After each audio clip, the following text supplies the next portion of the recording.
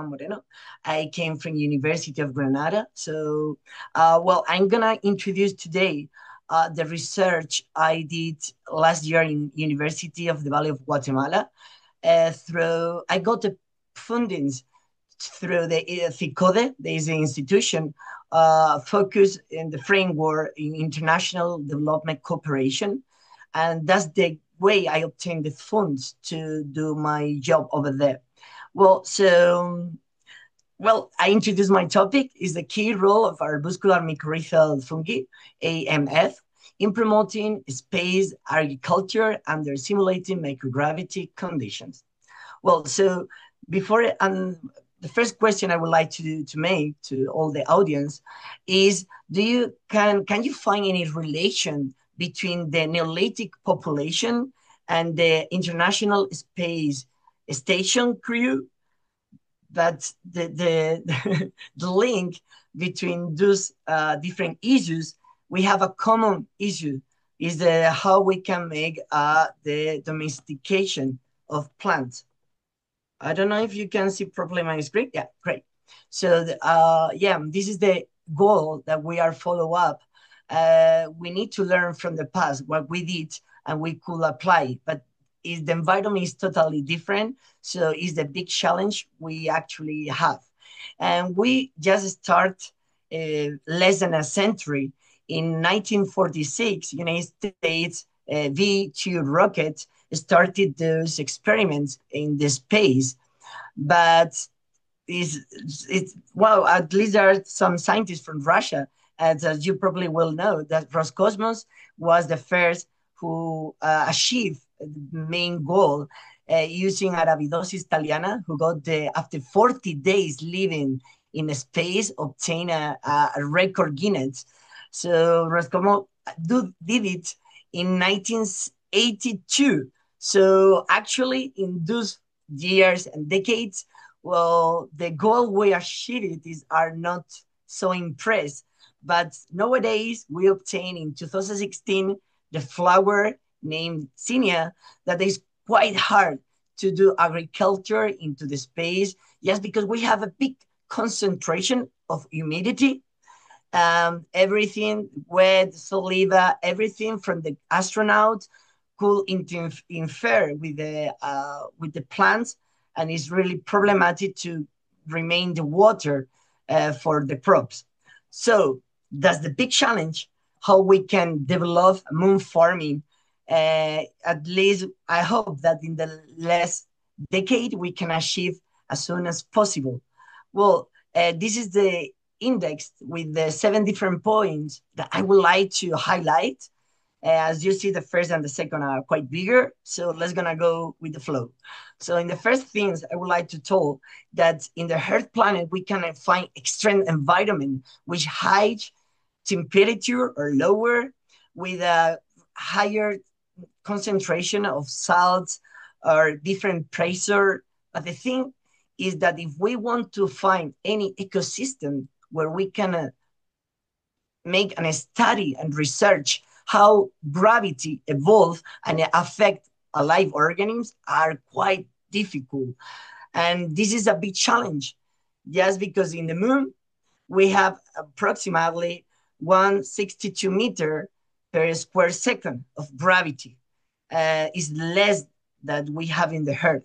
So here we can make an appointment and then compare how is the Earth gravity if we have 1G in compare with Mars or Moon.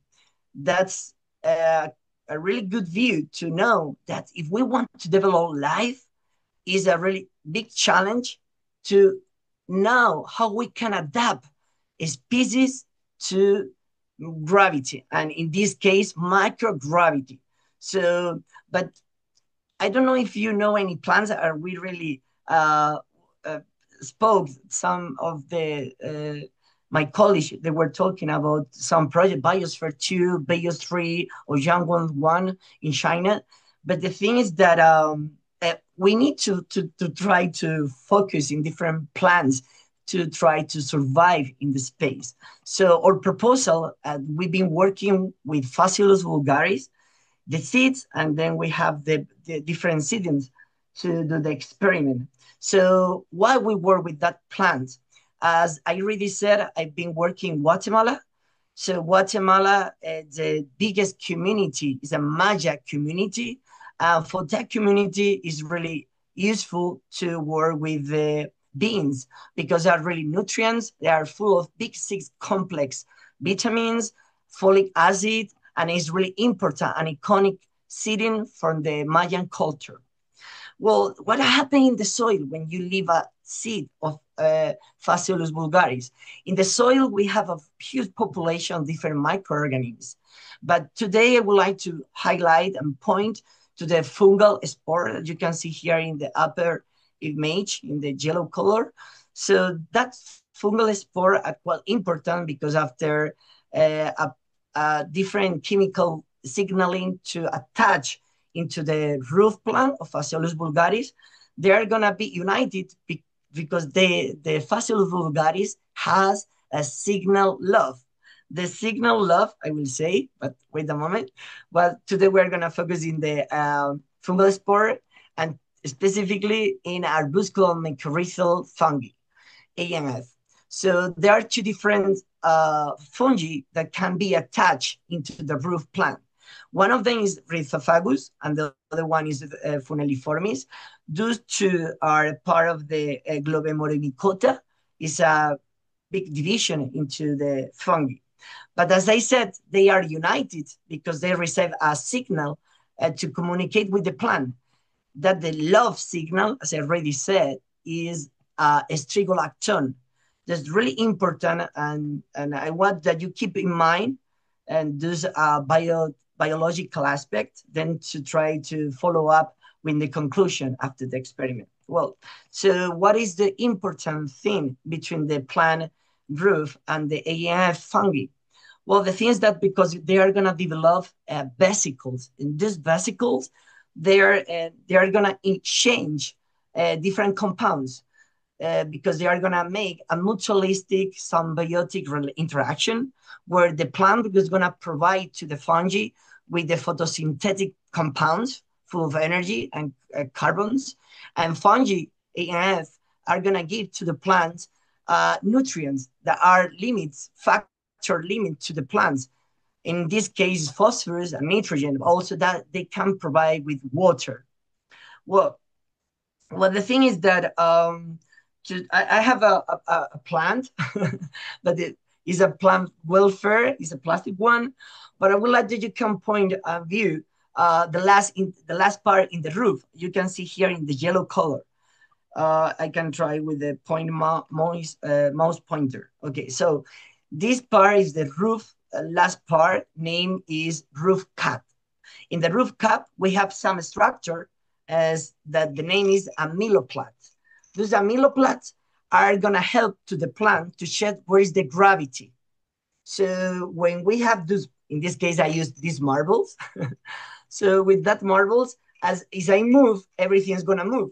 This is the same mechanism that plant has in the roof to check and detect where is the gravity. So if we have a plant and we rotate and we leave it in horizontal, we know that all the amyloplasts, that this is a marked with letter A, are going to move.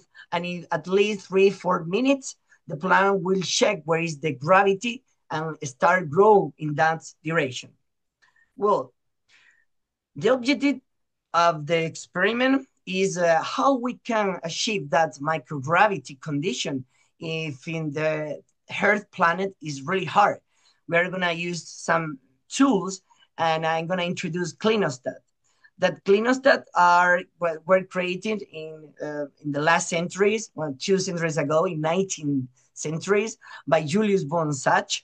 And what he wanted is to make a rotation 360 degrees to try to make no sedimentation of those amyloplasts of a structure or compounds or whatever.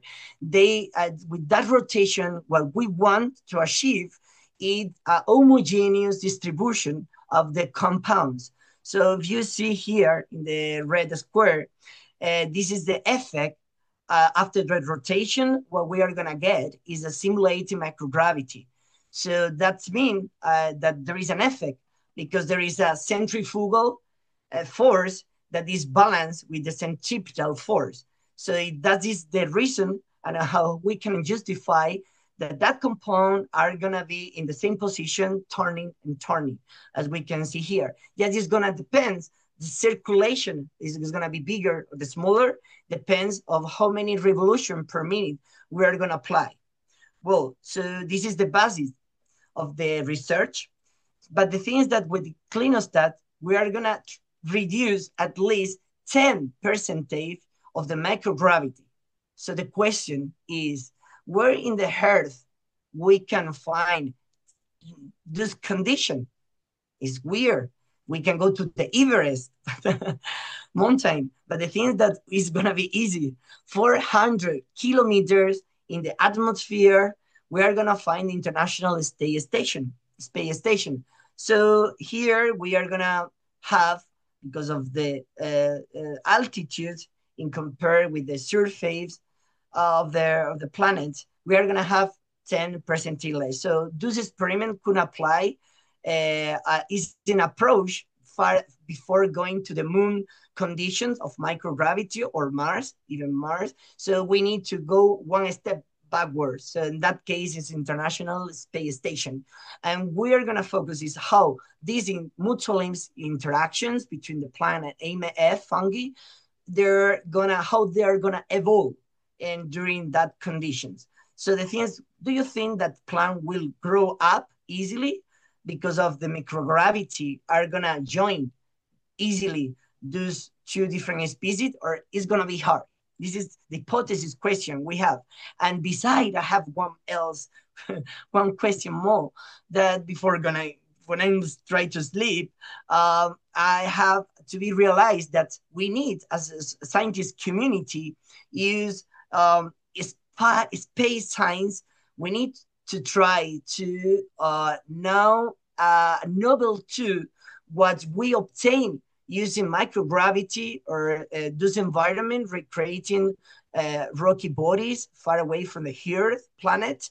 So because we need to solve the problems we have in the Earth using those data and that scientist knowledge, we got it. So in that, my research, I try to how we can implement prevention with climate change or climatic crisis. So in that case, I'm going to introduce when we have evaporation of water, the soil are going to combine it and they are going to be together in the crops and they are going to destroy all the crops in agriculture terms. So, and just the bigger 2 points is going to be shorter. So the materials and method have been used. So first of all, I want to say that experiment have been done twice before I went to Guatemala. So previously, the length of the time was different. It was to 27 days to 15. And in this case, when I've been over there, it was for 10 days. And during 10 days, what we did? Well, so previously, they've been using hydrogen peroxide, but it's really harmful for the plant tissue. So I propose, according to my objective of how we can use space science to solve Earth problems, in this case, climate change. So I propose use another experimental treatment, in this case, sodium chloride. So, we started with the experiment using sodium chloride as a novel treatment. Then we counting the spore of those two different species of fungi, AMF. So we counted them with the Neubauer chamber, then we prepared the medium for combine all of them. And I want, before put the more exciting part, I want to say that we need to have a control to check if our experiment have different anomalies. And that's the way, this is the clinostat, more exciting. And beside the clinostat, nearby, you can see there are some tubes that are going to represent the Earth gravity instead of this that represent the less 10% of gravity. So could be the international space. So we have that, and then we have the clinostat. You can see here we use 10 revolution per minute during 10 days with the two different um, treatments, as I said. So this is a video, yeah. And so when the experiment was ending, what we need to do is to try to put some dye color. In that case, was lactophenol blue because it is really well attached to the chitin made and produced by the fungi. So the thing is that everything was covered by blue. That means that we have many IFAs, and then we have a lot of vesicles. So it was really important. And then the last part of the experiment to check how was the colonization was we tried to reproduce after we arrived to the moon or Mars, after the long trip in the International Space Station.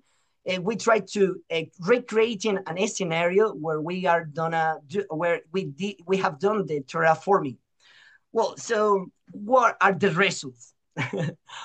So as you can see, we have initial and ending. We make the measure of the root in the beginning.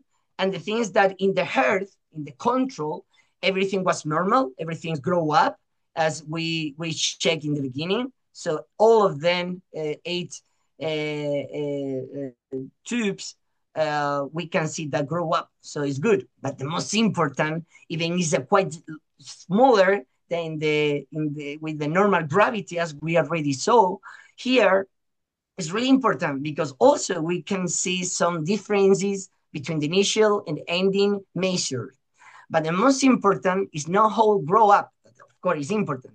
But the most is how the fungi can be attached and create vesicles. These vesicles are the most important because after 10 days, and this is the most wonderful of an experiment, after 10 days, what we need in the Earth surface in 19 days, just in 10 days, in conditions with the microgravity, using sodium chloride, we create that colonization super fast in compared with the Earth and natural condition with 90 days. So you can see perfectly here is full of small vesicles.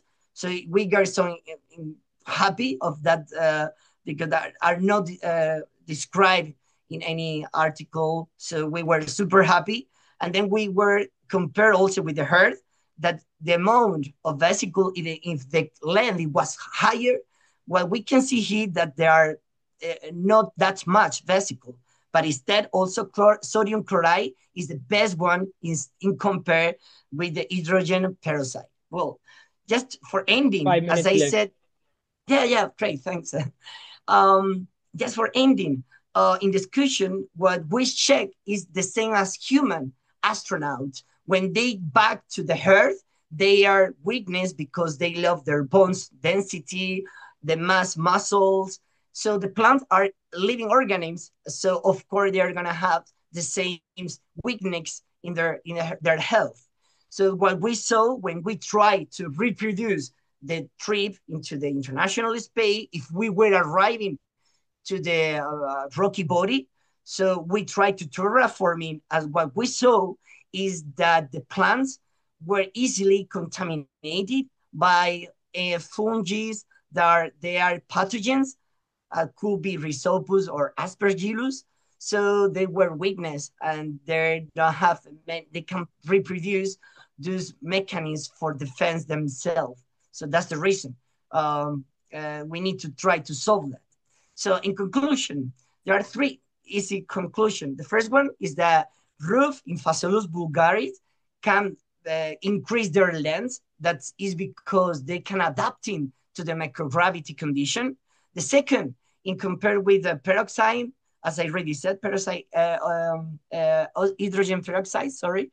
So we saw that sodium chloride is a really more effective stress agent in compared with that one. So the last one in regarding to the climate change scenario, we think that we wanted, our aim is to make a plant improvement, try to know the genetic pool of those Phaseolus vulgaris in according to their symbiotic relation with the fungi, because we can know how a biochemical process they are gonna produce faster to back here to the earth to avoid the effects of the climate crisis. So excuse with the Neil Armstrong because I use his quote, famous quote, but I make an adaptation regarding to the importance of symbiosis. So please let me I say, so one small step for symbiosis could be a 1 gigaton lab for humanity.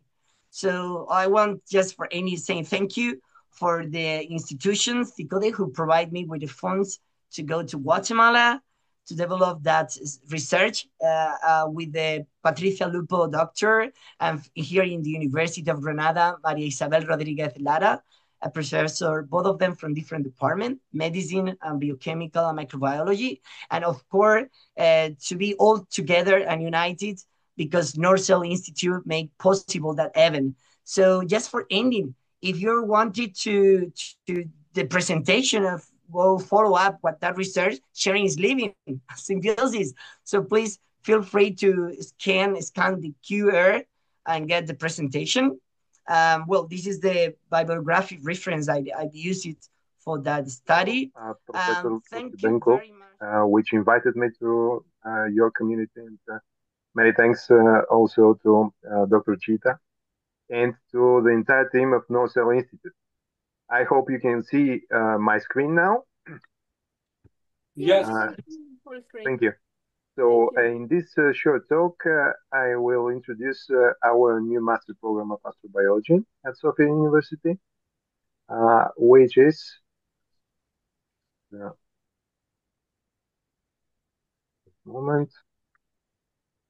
which is focused on the astrobiology. As you all know, the astrobiology is the science which is focused on the origin, evolution, distribution, and the future of life in space, and not only.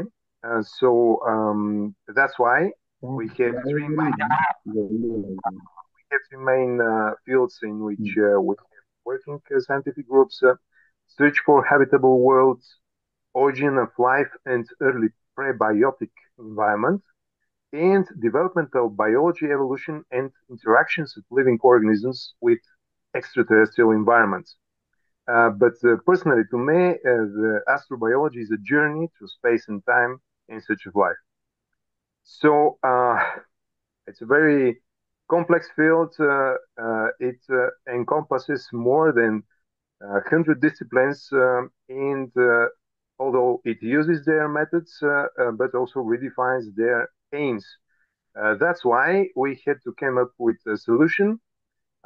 We understood that no educational plan could fit all these things. So that's why we focused on master program rather than a bachelor degree for our students in astrobiology. All the involved specialists need to communicate, overcoming interdisciplinary boundaries. That's why the program is based on completing joint projects by students with different scientific background. And the third main issue, the field is relatively new. As you know, the term astrobiology is coined by Gavril Tikhov in the 60s and later popularized throughout all these space missions from Viking expedition through now all these expeditions on asteroids, planetary bodies, etc., etc. But the field is relatively new and is subject to confusion with popular but non-scientific concepts. So the popularization of the astrobiology is a task for all the lecturers, and the students are highly encouraged to participate in these activities. Our program is really an interdisciplinary endeavor. Of course, it is a joint venture between the Faculty of Biology of Sofia University St. Kliment Ohridski, Faculty of Physics, Faculty of Geology and Geography, Faculty of Chemistry and Pharmacy, even the Faculty of Philosophy. We have lecturers from the Faculty of Philosophy of our university, and also Bulgarian Academy of Sciences. So with 39 lecturers and 30 courses, it's really not for the faint-hearted. Here is a short overview of the courses. You can see that the mandatory and elective courses are marked. The program is for a semester, and let me introduce you to the courses through some kind of evolutionary fields, starting with astronomy, of course. So because of the different background of our students, we start with some basic courses in the first semester, like spherical astronomy and celestial mechanics. Then the same semester, the students are faced with modern methods for detecting exoplanets. Later in the second semester, already the fundamentals of astrophysics and a very practice-oriented course, which is called hands-on work with professional software for processing exoplanet data. And then we have also a very interesting course. Right now, by the way, our students are on our biggest observatory, the NoRCEL Observatory, which is a place where the biggest telescope on the Balkans is situated. So this course is observational astronomy, and then in the fourth semester, stars and stellar astrophysics, which involves some computer modeling as well. All these courses are related with one very interesting elective course, communication of astrobiology, which is held by my colleague and the co-heads of the program. We are two co-heads of this program, Dr. Vladimir Buzhilov, associate professor and vice dean of the Faculty of Physics. So we have very prominent speakers in this field, like Dr. Trifon Trifonov, who also worked at Max Planck University, and he is best known as a planetary hunter. He has more than 100 confirmed exoplanet discoveries based on Karmanes data, and also based on his collaboration with very distinguished teams in the field. Then we are moving to the biology courses. It all starts with mandatory course focused on the biochemical and cell biological perspectives on the problem of life, which is very interesting because in this course we have to put a perspective not only for the students who completed our faculty, but also for people like guys from Faculty of Physics or Faculty of Geology who doesn't have a clue about biology. So it's hard work, and we established a system in which the students help each other in these evolving concepts.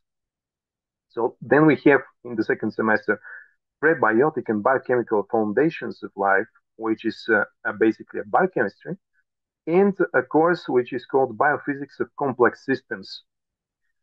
Then we have biophysical methods in astrobiology, an elective course which is heavily based on practice. We also have courses about bioinformatics. You can see some of them here.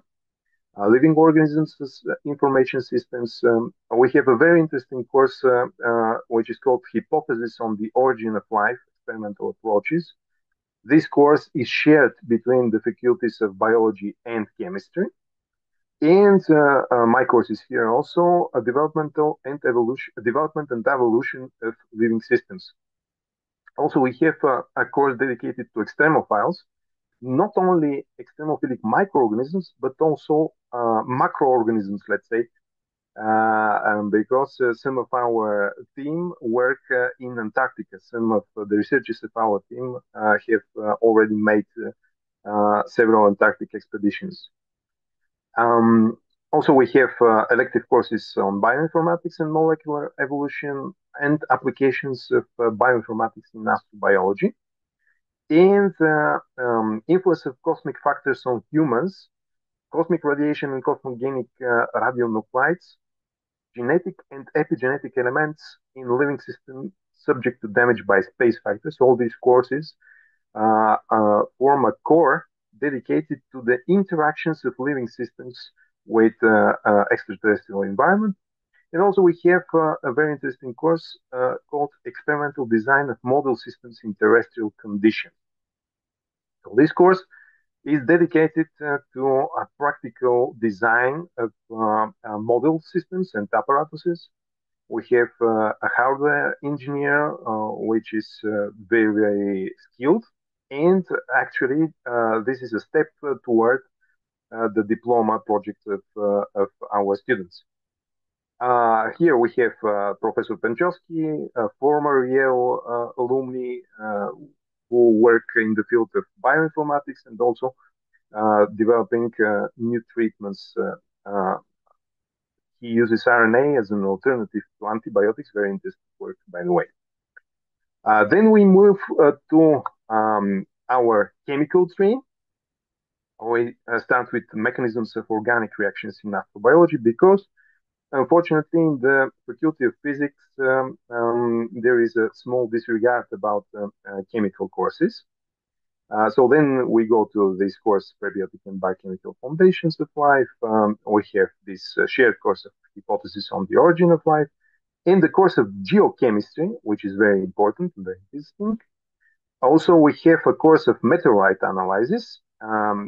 We have our university cooperates with the Bulgarian Academy of Science. They have a very nice collection of meteorites. But we are also the lecturer has his private collection, which he readily shares with the students. That course I already mentioned. And here we have actually the group of academician Lydenkov, who developed a very interesting model of self-assembled droplets. And he's famous in the community of origin of life for his hypothesis on the lipid origin of life. So, of course, we have these geology courses, planetary geology, paleontology and stratigraphy, geochemistry, I already mentioned, meteorite analysis, and historical geology, which is an elective course. Here is my colleague and friend, Professor Dochev, who is a part of our Antarctic expedition team, as you can see from this publication. Also, we have 3 courses dedicated on, let's say, more philosophical aspects of the program. Of course, ethical aspects of space exploration, but also philosophy of science, which I think it's and I see as a very nice addition to the course because it's important, especially in this highly speculative field of astrobiology. And also we have intelligent life forms as an obligatory course because it's important. It's related with epistemology and, of course, what we can achieve in contact with intelligent life forms. If we can recognize them and how can we interact. So this part of the course is very interesting as well. So after these 4 semesters and after completing a graduating project, our goal is to send our master students ad astra to the stars. You can see the logo of our program, and if you are interested, there is a website. Unfortunately, it's because the program is brand new. It's not yet in English, but it will be in like a few weeks, I believe. We are working on that, and the program will be available in 2 years in English as well. For now, it's available only for Bulgarian students, but it will be available for all who is interested in a matter of 2 years. But to go to the moon, to go to the stars, we need first to make a stop on the moon, I also prepared a prop like Ismael. So you see, ad astra per lunam, to the stars, but passing by the moon. So some of our projects are related with the moon, and especially because we have very strong cooperation with the Faculty of Geology and Geography. This project that I'm going to refer now is related with the moon's regolith. All of you know that the regolith is very special. It's very valuable because it has many applications, starting from construction and infrastructure, in situ resource utilization, environmental control, and life support, and going up to advanced speculative applications, which I also will refer in a moment. So, from oxygen extraction, from gathering hydrogen and water, which can be used either for propellants and fuel production.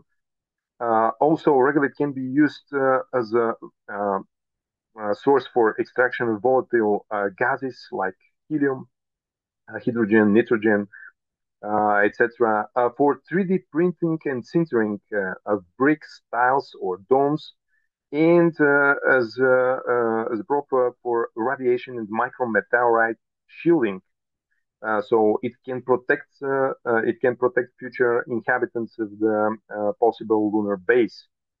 Also, it can be used as a concrete substitute, can be mixed with sulfur, geopolymer binders, or molten metals to form what we call lunar concrete.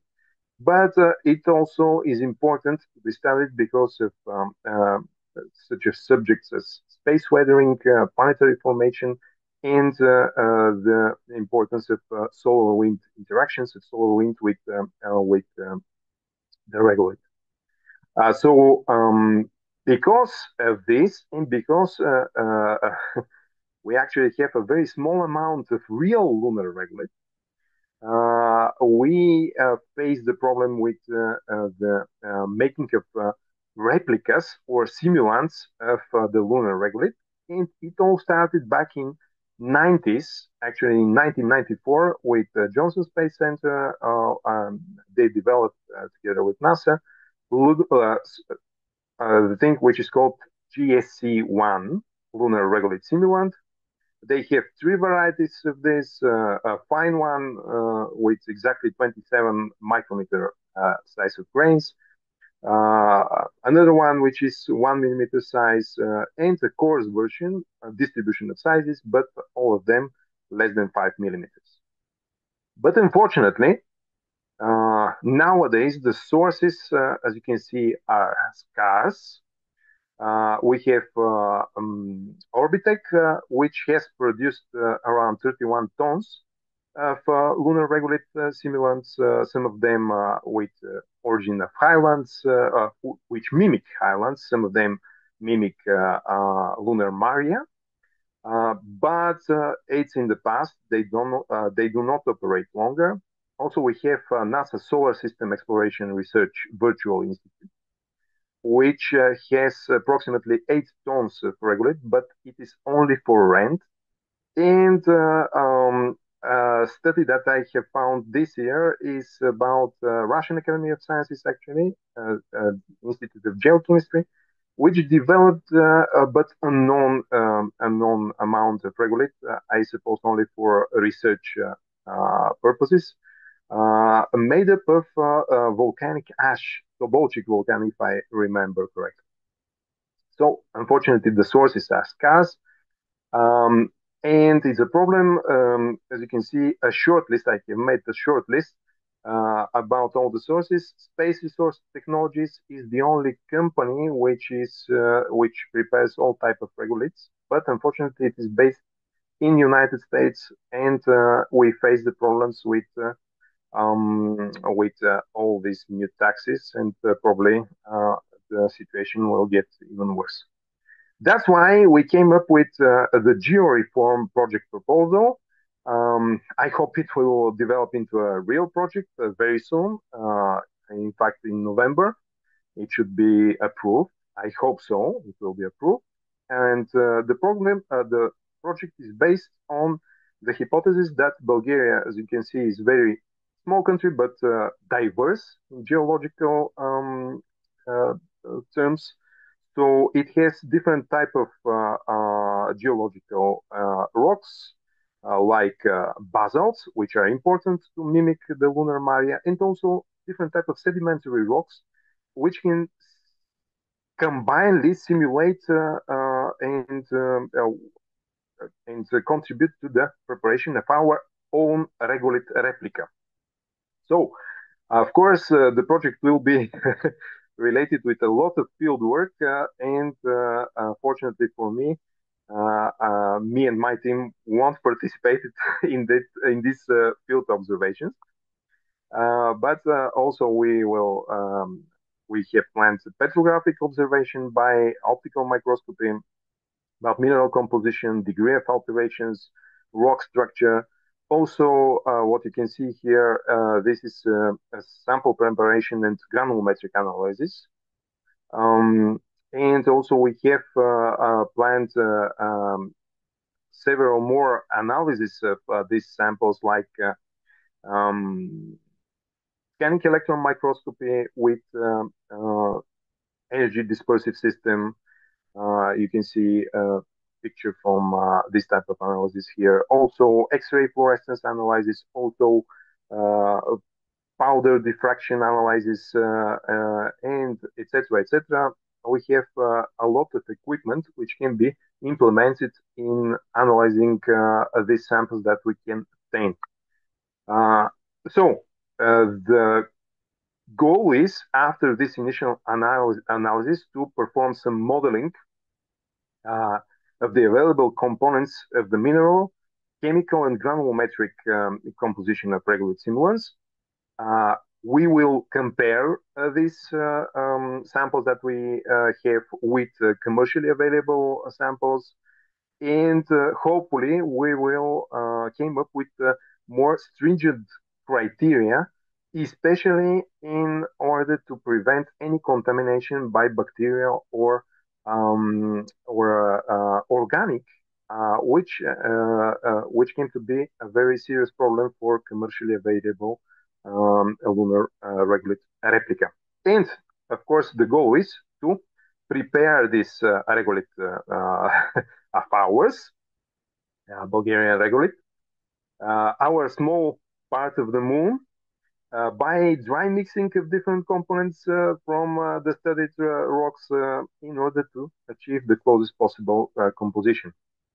And then, of course, we wanted to perform some biological tests on this regolith. That's the point of the project. That's the third phase of the project, which will be held at the Faculty of Biology. So these experiments will be held on growing plants, Arabidopsis thaliana, but also we have plant experiments with Phaseolus, and also with some members of and some more familiar plants like tomatoes. So keep your fingers crossed. We believe that this project will be realized pretty much in the very near future. And as you can see, and as you know, no one can work alone. So Bulgaria is a small country, but perfectly centered on the globe. So we have already established a lot of communications and a lot of cooperations, starting with some Bulgarian scientists from abroad, like Professor Veselin Kostov, who is a scientist at NASA and who is renowned for discovering the first planet in trinary stellar system. So that's the planet Tatooine, as he likes to joke. Professor Dimitrov Sasilov, who is the head at Harvard Origin of Life Initiative, he's probably the most renowned Bulgarian astronomer. Professor Tihomir Kostinov from the California State University San Marcos, who is involved in the studies of space weather. Also in Europe, Professor Carmen Arena from the State University of Naples, Federico II. Steven Mojis from the Bayerische Geo Institute. He's a very interesting geologist who has a strong contribution to the topic of the origin of life. And recently we have made some contacts in China with Professor Eric Zhang from Deep Space Exploration Laboratory, with Professor Song from Harbin Institute of Technologies, and also Professor Qin, who is a specialist developmental biology and evolutionary biology at Anfu University. So my hope is that this meeting will also put a step forward, establishing cooperation within the borders of NoRCEL Institute, and also to renew and to reinforce our old and very good relationships with scientists from Russia. Thank you very much for your attendance, and thank you again for Extremely having me. Delighted to be here with you all on this Microbial World Network. And good morning, good afternoon, good evening, depending upon which part of the world you are. I hope you can hear me well and see my presentation. Everything is correct. Okay, Sound great. and Thank image. you. So I'm going to give you a flavor about Indian lunar exploration program, about what we have been doing in the past, what we are doing currently, and then what is our future program, near future program. Peter was talking about moon, so I'm going to give you more details about moon as well as what we have found from our own exploration program. Talking about the lunar exploration program in the country, in India, we started this in the new millennium with the Chandrayaan-1 mission, which was in 2008. This was an international mission with participation from Europe and US. We continued about a decade later with the Chandrayaan-2 mission in 2019. And this was followed by Chandrayaan-3 mission in 2023. So I'll talk a little bit more about these and then talk to you about a future program. The Chandrayaan-1 mission was actually truly international character because this has participation from 10 different countries. And 3 of the instruments were being flown for the first time for the exploration of the moon.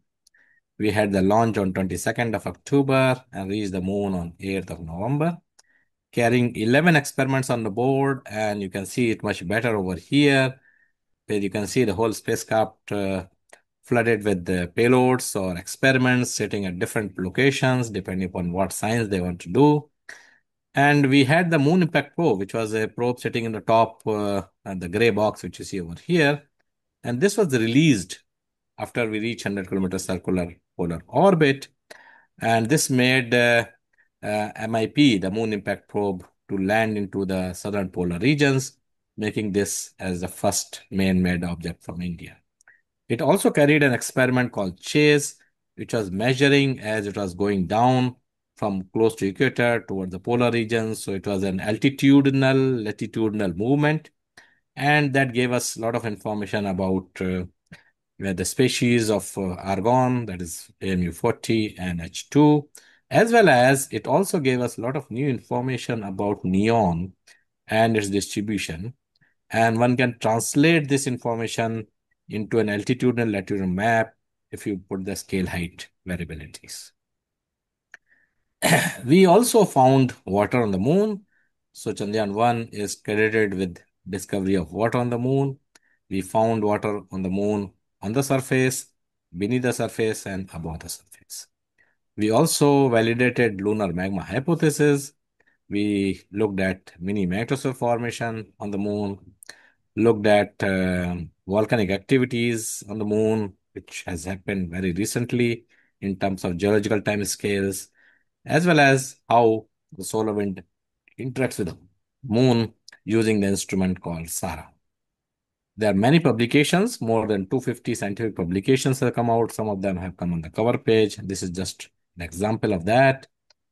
But the instrument called SARA, where I was directly involved, I will tell you a little bit about that because this is interesting in terms of understanding the plasma physics around the moon, where we are measuring the solar wind impacting the lunar surface, and we are measuring the energetic neutral atoms coming out of the lunar surface.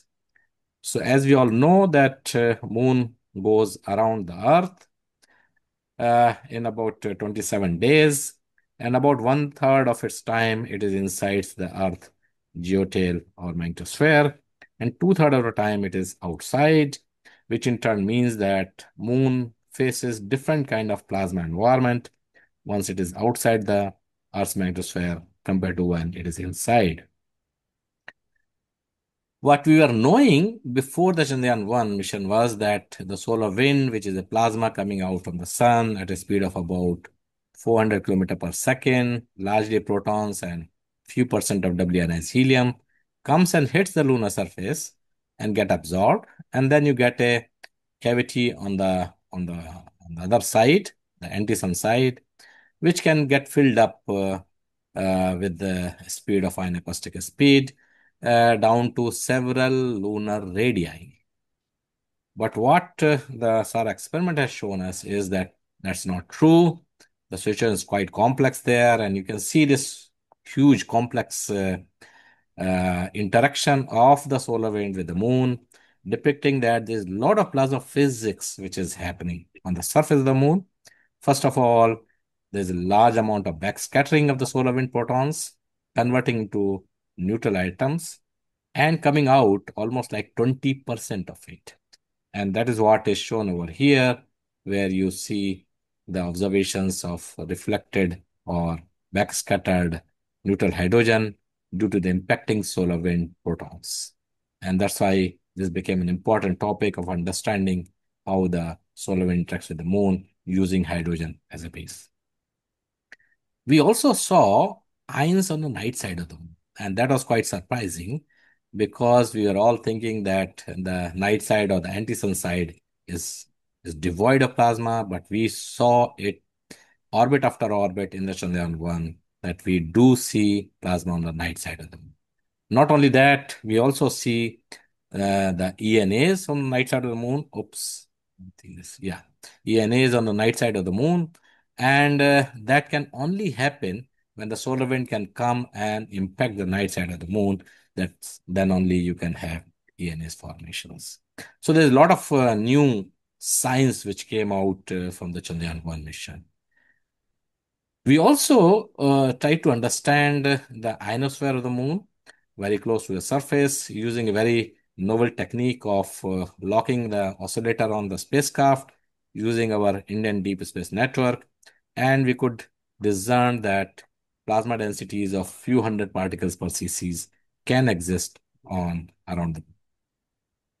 Now let me go to the some of the geological sciences which also came out talking about very recently past volcanism which happens in different craters. Here it is an example of Kruger craters where we talk about understanding how the obscure ancient impact basins are and what they tell us about the geology on the lunar surface.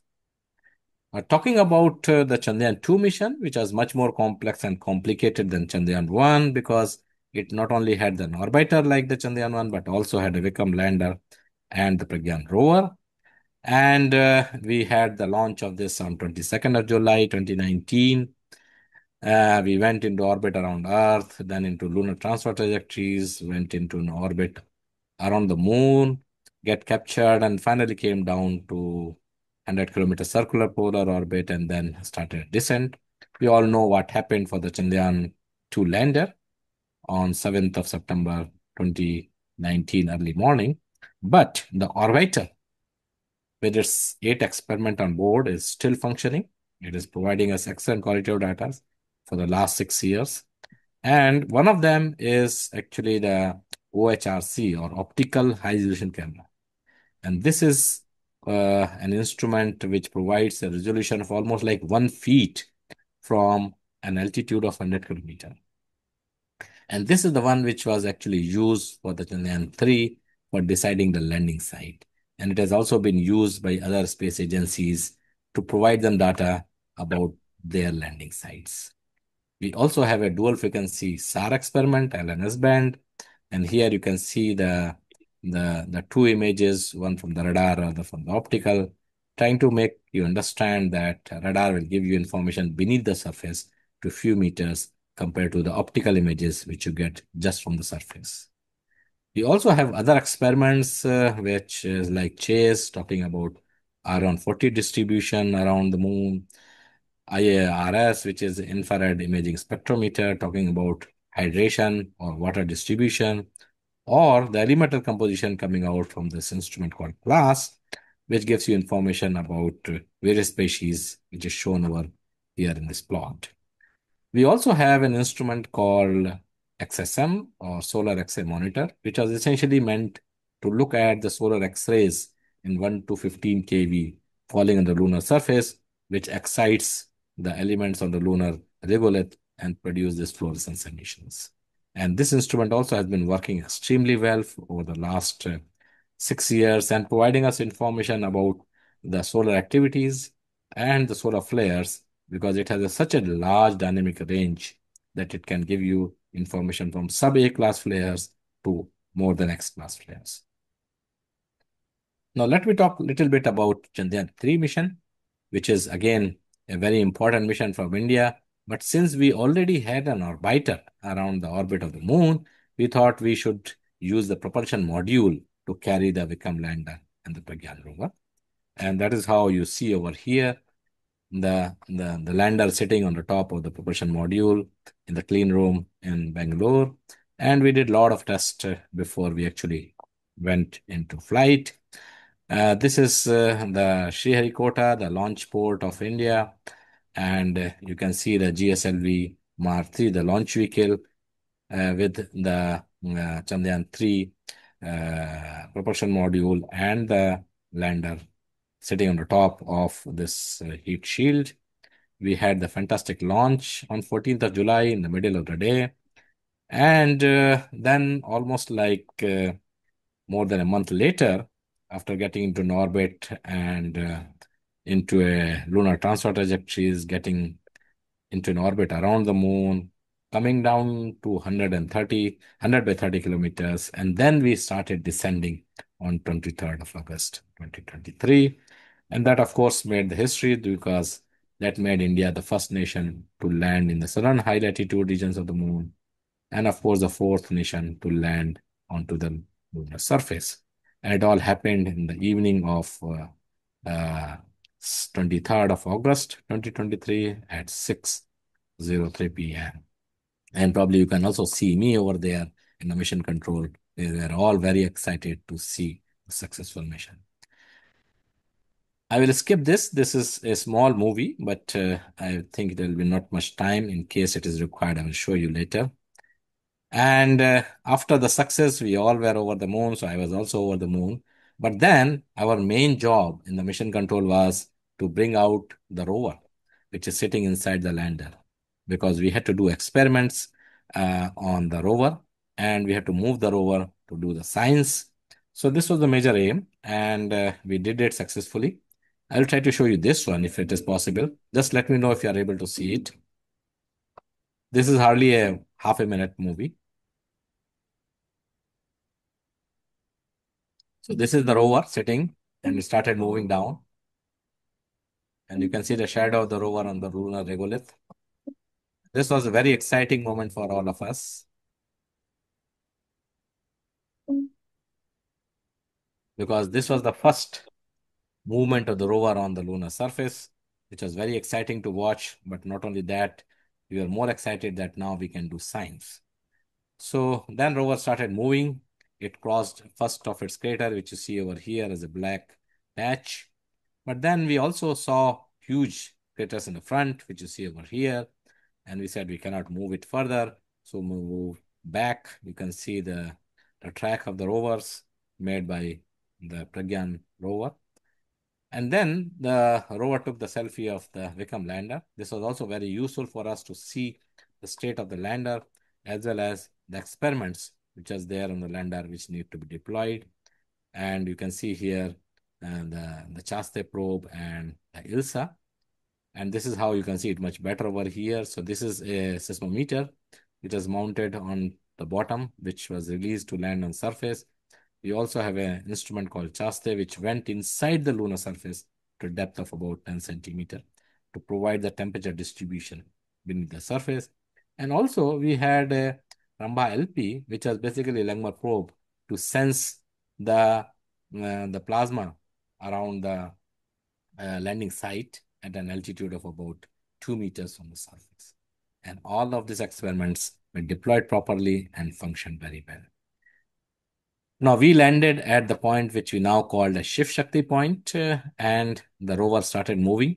We went into this direction. We saw a bit craters, moved back, and then we started moving into the east. But then the geologist told us that no, we should go into the west direction because that is much more interesting. We have new fresh craters on the western side, and then we started moving into the western side. This whole trajectory of about 103 meters of the rover was completed in about 12 days. Now, a lot of interesting science has come out from this experiments on the rover as well as on the lander.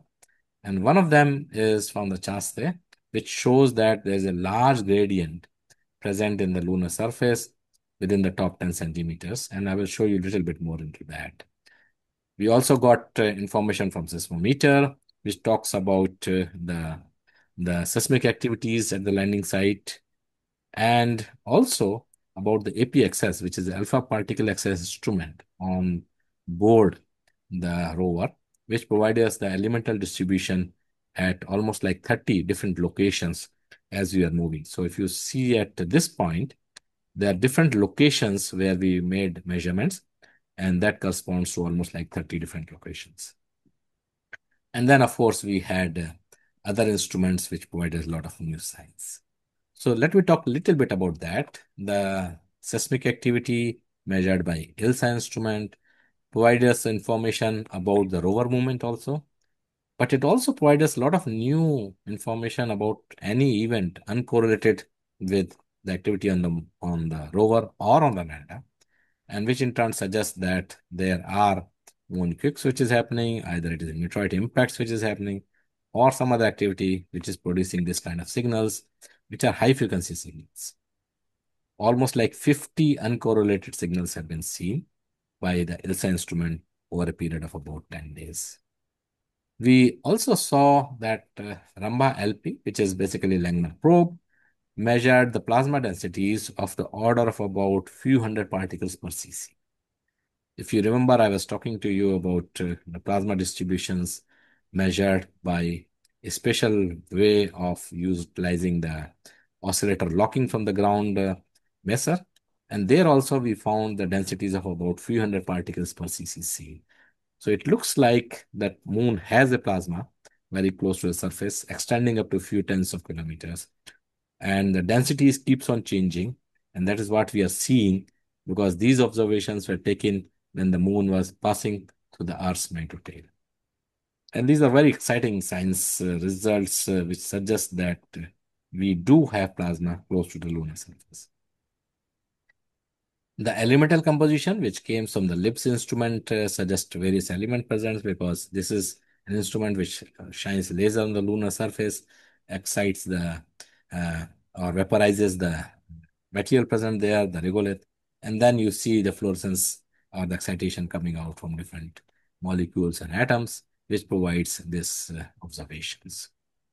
We also saw the Chaste observations, as I was just mentioning. Now, if you look at this plot, you will see that as a function of local time on the moon, because moon day is almost like 14 Earth a day. So this is plotted in terms of local time on the moon. And you see the 10 sensors sitting on this probe at different heights, almost like 10 centimeter from the top to the bottom, suggesting that temperature variability is of more than 50 Kelvin. And this is quite surprising. That means that you have large temperature gradient between the top of the regolith to almost like 10 centimeter beneath, which in turn also suggests that the conductivity of the regolith is extremely poor. So to verify that, we did an experiment of heating the regolith. We had a heater over there. You can see somewhere here in the bottom of this probe. And we did two experiments of this, making observations for almost like few hours. And from there, we could derive the thermal conductivity. And we found that thermal conductivity is extremely low, which in turn very clearly suggests that yes, the heat from the top does not propagate down, or that the thermal conductivity of the regolith is extremely poor. 5 minutes left. Okay, thank you. We also made observations using APXS, which are sitting on the front. So here you can see me pointing to the instrument which is sitting right in the front. And using this, we could actually get elemental compositions on the different locations, which you see over here in the square white boxes. And we could very clearly see the signature sodium, magnesium, aluminum, silicon, sulfur, potassium, calcium, titanium, chromium, manganese, iron, nickel, and zinc. And which almost suggests that there's not much variabilities with respect to the distribution around the landing site, because this was almost like within 50 meters from the landing site. But we do see higher abundances of magnesium at this location. And we gave the hypothesis that it is quite likely that this has come from the South Pole Aitken Basin. And there's also a further paper which talks about that it is quite likely that the lower mantle or the lower crust and upper mantle material must have been thrown from this South Pole Aitken Basin on this landing site to make it more magnesium rich.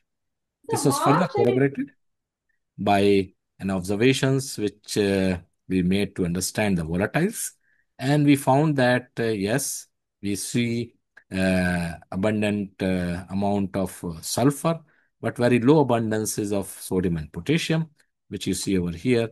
And this, in fact, further corroborate the findings which we got for our Nature paper, talking about that it is some material it has come out from other regions, most likely the South Pole Aitken Basin, providing us a higher abundance of magnesium as well as sulfur, but lower abundance of sodium and potassium. This is all possible because of the differentiation of the body. That is the. We also look at other data sets to understand the landing site and to characterize it. And we found that this landing site is significantly old. It is almost like older than South Pole Aitken Basin. And that means there's been material thrown afterwards, and it could be as old as 3.7 gigayears. What next? We are now talking about the Chandrayaan-4, which is going to be a sample return mission because we have already done lander, rover, and of course the orbiter. So our idea is now to land onto the lunar surface and bring back the samples. And this is going to be a much more complex mission because we are not just landing, but also having taking the material up to the lunar orbit, docking it, bringing it back to the Earth. So there are going to be 5 different spacecraft which are talking about, which in turn means the propulsion module, the descent module, the ascent module, the transfer module, and re-entry means coming back to the Earth. And this mission requires docking in the space. So we recently had a docking experiment where we showed that yes, it is possible to do docking in the space, and that is the one which is going to be a technological demonstrator for this kind of complex mission. We are also talking about the Chandrayaan-5 mission, which is a ISRO-JAXA mission or LUPEX mission, where our idea is to land very close to the polar regions, into a very close to a permanent shadow regions, but the region should be sunlit. And the criteria is that it will use the sunlight to power it, but then after charging, it will go into the polar regions. That is, the rover will go into permanent shadow regions, make observations, come out, and get charged. And the lander should continuously see the sun, and therefore this is a very stringent requirement for the landing. Here, ISRO is providing the lander, and the JAXA is providing the launcher and the rover, and the experiments on the rover will be provided by both the countries. So there's already a very important mission, which is to go into the polar regions to know for the first time what is there in these permanently shadowed regions. All the data which you are seeing over here, yes, 1 minute. All the data which is seen over here is available on this ISRO's website, which you see as www.isdc.gov.in. So all the data from Chandrayaan-1, Chandrayaan-2, and of course the Chandrayaan-3 is available on this site. Thank you very much for listening patiently. So the case for astrobiology. Why the case? Because moon is airless, rock. So why can we talk? What can we talk even about? So that is why I want to talk about that there is a case for astrobiology. So it's kind of a review. So what is the what is the extent of Earth biosphere? Life on Earth is everywhere we look, survive and thrive in every possible niche without sunlight, water, oxygen. Some living beings make their own water, take energy from all possible resources, or can hibernate for millions of years. This is, for example, one of the recent example of life which was detected at nearly 8 kilometers depth. Extraordinary marine life and extraordinary diversity. From the ground, hundreds of millions of tons of terrestrial dust annually transported between the continents. Just bacterial cells typically exceed this much, 10 to 4 cells per meter cube over land. But why? Because, as you can see on the right, 1 gram of soil contains so much life, and 1 milliliter of water contains so much life. There are actually more organisms in a gram of soil than humans on the whole Earth. And this human activity lifts this all dust into stratosphere and even Earth orbit. How? With a myriad of aircraft and spacecraft flights, because each injecting countless numbers of microbes into atmosphere. Just in 24, there was 36 million air flights, and actually on average 120 launches, space launches per year since 60s. Orbital paid debris of particles less than 1 centimeter exceeds 10 of millions of numbers. But anthropogenic debris flux exceeds natural one by 2 orders of magnitude, possibly at all sizes. It even goes, our debris even goes beyond the moon orbit. For example, so-called empty trash bag objects. If somebody is interested in what does it mean, I actually can talk about it more later. So today, possibly 1,000 tons of extraterrestrial material rained on our planet.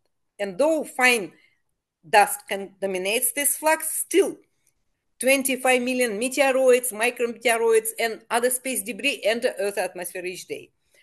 Some of them asteroids, comet pieces, some from Earth, some impact ejector, and some of it actually terrestrial again, the returns of impact ejector, debris. This debris, along with this microflora, our anthropogenic debris, may eventually settle back onto Earth, but it also may be dispersed by the near-Earth objects or hypervelocity space dust. Further, these are examples of, for example, in 21, ISS released 2.9 garbage load. It expected to remain in orbit for about up to 4 years, which is the usual, and supposed to burn, which is the usual practice. There's a new waste disposal technology in 22 to burn. And here it is an image, actual image, a dump of 150 pounds of water and urine from a space shuttle Discovery in 2009. So our orbital space is not clean. And what is interesting is that our atmosphere extends far beyond the moon. SOHO has shown very clearly that Earth geocorona extends far beyond the orbit of the moon, reaching up to 6,000 kilometers, 600,000 kilometers above the Earth. The moon actually flies through Earth's atmosphere. NASA Apollo 16 mission photographed this feature from the moon back in 72. But the geocorona's age was thought to, at that time they were thinking too much, less size. At that time, there is an interesting citation. The astronauts on the lunar surface didn't know that they were actually embedded in the outskirts of geocorona. This is the photograph. taken in the 72. So the moon actually has already become the Earth land or lunar field. 200,000 kilograms of man-made objects have been left there since the first landing of Luna 2. Spacecraft, still working scientific instruments, discarded tools, but most important, empty food packages, wet wipes, personal hygiene kits, food waste, boots, urn with ashes, as we know, and 96 jet bags containing approximately 100 kilograms of human feces, urine, and vomit. And bacterial content of feces actually reached 55% by weight. And the recent additions, thousands of desiccated tardigrades, along with human DNA samples, blood and hair follicles of 25 people. Then yeast, Drosophila eggs, seeds of cotton, which some of them, as we know, sprouted, rapeseed, potato, and so on. And this, okay, so what is the gain? Let's continue the extent of Earth biosphere. Moon, Mars, Venus, Titan in 2015, we celebrated the end of humanity's initial exploration of the solar system. Every planet has now been visited. Just like the Earth, the Moon is constantly bombarded by space rocks, even more dramatically so due to absence of atmosphere. And that poop, which was just left open, may already have been kicked out into outer space by meteorites.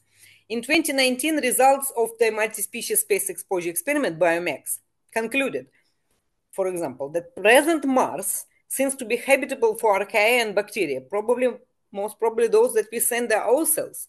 59 various instruments have been launched to Mars by now. Cassini spent about 13 years in Saturn system. Had 26 encounters with Titan, landed Huygens. 7 close encounters with Enceladus, flying through geysers of water and organics, as we know now. And 1 encounter each with the moon of Dione, Rhea, and Helen. Galileo spent 8 years in Jupiter system with 11 flybys of Europa through, again, the water organics plumes. Both were plunged into giant's atmosphere later to avoid contamination. Isn't it too late? Even NASA said Cassini's own discoveries were its demise. And it's interesting that old rockets carry bacteria to the stars. Rocket stages were actually never sterilized. As David Powell said in 2007, the upper stages were not required to be sterilized. This bacteria would have been replaced by the hands and breath of the engineers who built the upper stages. So the microscopic interstellar travel is now racing out of the solar system. And why it is so? Because of assembly clean rooms. The clean rooms are clean, but they're not sterile. Human traffic in large spacecraft assembly rooms can be more than 50 at any working day, and humans are the main source of contamination in these environments because we shed 200 million skin cells every hour, and every square inch of our bodies has up to 500 million bacteria on it. Bacteria and microorganisms, viruses also. As one NASA engineer, John Grunsfeld, said that we know there is life on Mars already because we sent it there. Martian passenger manifest Staphylococcus and so on. And those are actually extremophiles. And here the photographs of launched preparation for Veneras in Russia, and you can see there are no gloves even, and no hats and no masks. And we are actually surrounded by the microbial clouds. There was a joke after launch of Opportunity. Humans, they always make a mess and never clean up. There was a very relevant joke. So, to the question, is there life beyond the Earth? We can say yes. Terrestrial life forms have already left this planet long ago and are still living and are all over interplanetary space. And it's just not only without our own efforts, because every impact carries out tons of ejecta. And every milliliter and every gram of ejecta, contains more bacterial, more life than the humans on Earth. So here, with Professor Shivaram, we actually wrote a chapter about it, that planetary protection is too late. It's about 3.5 billion years too late to protect our plants because they're already contaminated by the ejector. So recently, there was a very interesting paper. I actually, not very recent, but I found it, that dinosaurs killing asteroid may have actually sent life to Mars, Europa, Titan, and maybe even the moon. Study shows. The study turned out evidence that the rocks capable of carrying life that were ejected from the Earth have ended up on every terrestrial planet in the solar system, and as well as Jupiter, and most likely even to Saturn. Researchers calculated how many Earth rocks big enough to shelter life, and we know that just several centimeters of rock actually shelters due to experiments, were ejected by asteroids in the last 3.5 billion years. This dinosaur impact was strong enough to fire chunks of debris all the way to Europa. It launched about 70 billion kilograms of rock into space, and 20,000 kilograms of which could have reached Europa, according to calculations. And we know that Europa most probably is very potentially habitable. And now about the lunar soil. We already were talking, talks about the regolith is very actually important, and there are indeed treasures in the regolith. Lunar soil is actually efficient collector of everything that falls on it from outside, including samples of the Earth's early crust and atmosphere blasted into space by those giant impacts. During the late heavy bombardment, some estimates indicate that as much as 200 kilograms per kilometer square of terrestrial material in this period, 3.9 to 3.8, just in 0.1 gigayears, could be exposed at the surface today. Significant fraction of terrestrial meteorites would hit the lunar surface with vertical velocity components less than 1 kilometer per second, suggesting that a substantial fraction of them would survive. Models indicate that about 7 parts per million of the lunar regolith might be actually derived from the Earth, with moderately enhanced concentration at the poles. Complex biomarkers, those models have shown that complex biomarkers, beta-carotene, alpha-carotene, and so on, could be delivered to the lunar surface by terrestrial meteorites or by comets. And this was also shown to likely survive impact with the lunar surface, and they could be identified in the regolith samples. So, what about the lunar formation? How the moon was formed? Well, we know that simulations now suggest that Theia is responsible, and moreover, Theia is responsible for around up to 90% of the total mass of the moon. And the collisions may have formed the moon in just mere hours. This is the very interesting result. Now it was discovered that there is enough elemental oxygen contained in the top 10 meters of lunar regolith to create enough oxygen for every person on Earth for the next 100,000 years. Lunar soil naturally contains water, according to this report, just the recent paper, Chinese. We never fully imagined the magic that the lunar soil possessed.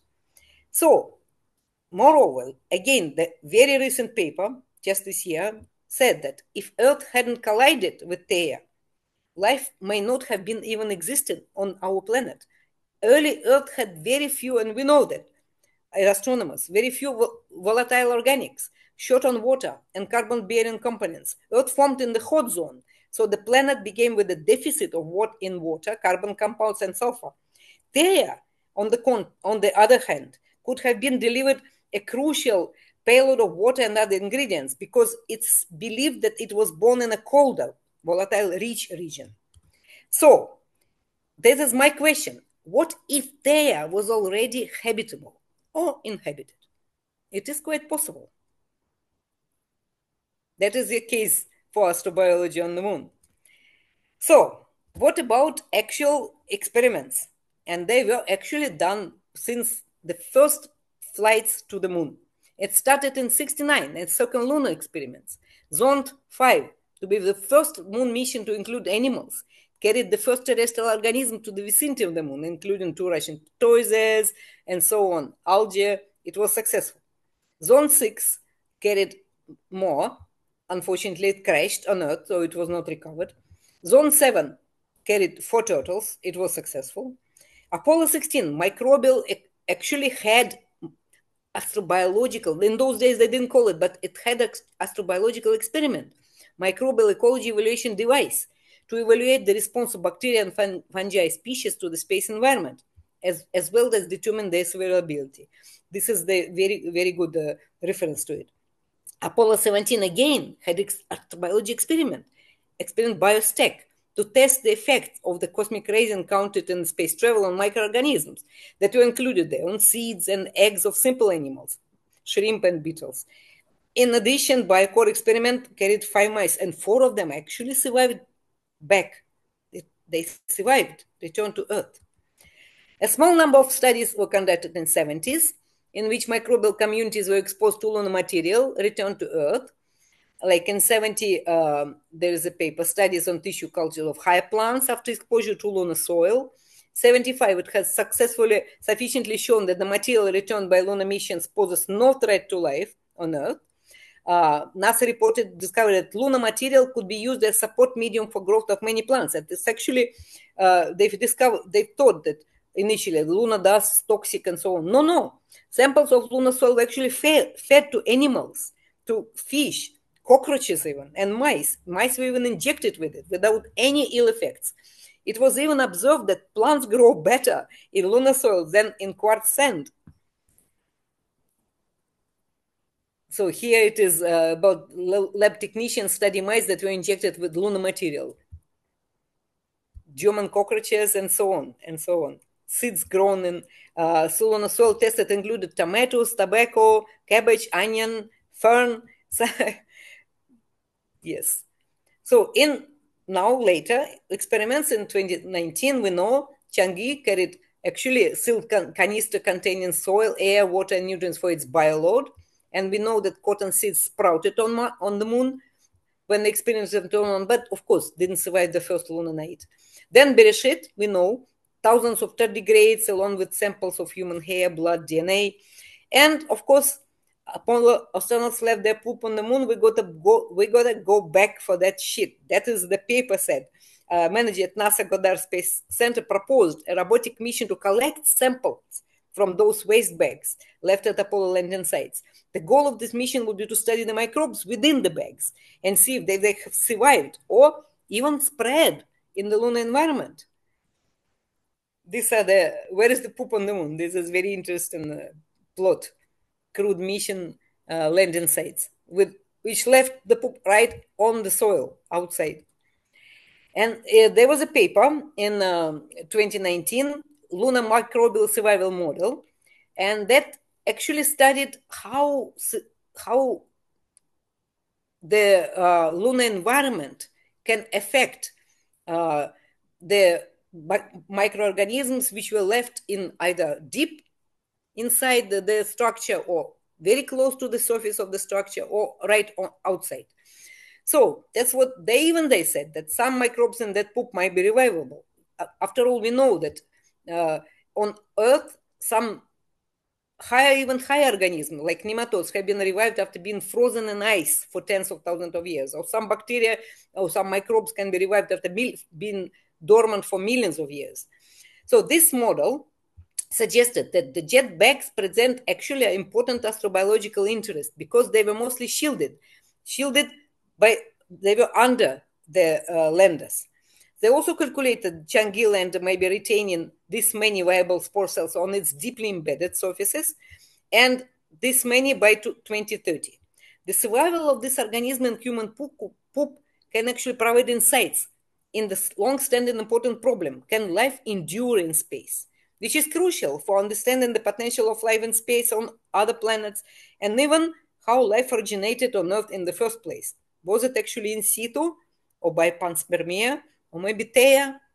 Who knows? So here it is about millions of years revival of recent actually editions, about 100 million years microbes were actually discovered to be alive and retaining even their metabolic potential. And here, Archaea was survived more than 100 years inside soul crystals. It is important to note that halite crystals are found in many solar system bodies, in Martian meteorites, on the surface of Europa, and in plumes, and even on Ceres. And now some papers are writing about the Ceres is actually potentially habitable. As for tardigrades, we know perfectly well that they are the toughest animals in this respect. In desiccated state, they are known experimentally to survive the cold near absolute zero, the heat at nearly 150, pressures of 6,000 atmospheres, 6 times greater than at the bottom of Mariana Trench, intense blast of radiation, and even vacuum of space. That is also actual experiments. And their eggs, after exposure to vacuum, that NASA took them to vacuum and brought back, hatched just as well as normal eggs. They may not get rehydrated and start inhabiting the moon. Yes. But if a meteorite strike kicks them off the moon and they subsequently land on any of the solar system more hospitable planet or a moon, just a little bit of warmth and water will be enough to revive them. So actually, our solar system, we should not talk about Earth as a habitable planet. We should talk about our solar system as a habitable system. So, but what about the moon? So really, there are key scientific questions to do astrobiology on the moon. Is there really a lethal environment? Can we actually call any environment really lethal for life as we know it? Even as we know it to the extreme, and we know the extremophiles. What about prebiotic chemistry? Indigenous organics, prebiotic materials such as amino acids may have been formed from inorganic molecules in volcanic conditions on the early moon and may actually remain preserved in the permanently shadowed regions. Exogenous organics, meteorites from Venus, Mars, and from Earth during the LHB, estimates indicate that as many of these could be actually exposed. I already said about it. Can we and our microbiomes, which is most important, humans are not just a robot with a brain. Humans actually, we are, even our DNA is 70% viral. So we actually, I forgot what is the percentage of our weight, bacterial or microbial, but it is a lot. Can we live for long periods on the moon? And do we, that is what I very interested in. Do we really need planetary protection of all lifeless space rocks, which is a bit too late for the moon? That is for sure. So recently there was very interesting suggestion. It's one of the papers that I cited, as any new lunar spacecraft landed or crashed to the lunar surface during the next decade should be fitted with astrobiology payloads that could be recovered later and analyzed for microbial survival, biosignature degradation, and material alterations when we return to the moon. And we will return very soon. Such astrobiological experiments would require very little mass. I would even suggest that to ISRO, to all the next Chandrayans, but could greatly advance our understanding of how Earth microorganisms can withstand the perils of the lunar environment. So, and here are some of the references, very few, but actually, as you can understand, we can talk forever about astrobiology on the moon. We can write books about it. It is such a rich topic, rich and huge yes, topic. I want to tell you guys a little bit about work that we've done with RNA in a non-Earth environment. We're kind of focused on Mars, but our takeaway from this was that just RNA could do more than we expected. First, I want to thank the organizers, Sohan, Kathy, and all the others for having me in NoRCEL. The funding agencies and the people that did this work. This was a grad student, Tanner, that drove a lot of this. The others that you see here made some important contributions here. Nate did some of the early experiments that got this off the ground, and a number of collaborators that we've been involved with during the course of the work. So this kind of is just the high-level overview of what the lab does. Again, I'm really kind of focused in the middle here. I'm mostly going to be talking about work that we've done on sort of how biopolymers work in extreme environments. Again, we're mostly thinking about Mars, but I think there's probably some takeaways for the moon here. So what really motivated kind of the beginning of this work was this discovery that the Phoenix made, and that a number of other missions have seen in the last, it's been 15 or 20 years now, and that's that they went looking on the surface of Mars for what the ionic composition of the regolith was, and what they found was something they didn't really expect at the time. That's now kind of just become part of dogma about the surface of Mars, and that's that there's a bunch of oxychlorine species, perchlorate probably being among them on the surface of Mars. And the kind of takeaway from that is that about half a weight percent of a scoop of dirt that you get on the surface of Mars is going to be these oxychlorine compounds. That's really weird for the search for life. They're pretty toxic. If we were to eat perchlorate, the kind of target organ it would poison would be our thyroid gland. Most microbes don't like them. There's a few that can respire them. As you go down to lower oxidation state perchlorates, they actually get a little bit more reactive. Bleach is probably the best known oxychlorine species, and it's really kind of a conundrum in terms of how you might be able to support life in an environment like that. And so what we did was looked at just biopolymers and how they function in the presence of it. So first we just took some DNA, looked at a duplex and how stable it was as we went through increasing concentrations of perchlorate. The idea being that if we're thinking about Mars as a model, there's brines probably at the surface. If water is around, certainly in the near surface, that's in the presence of a lot of these salts. And what does that do to biopolymer folding?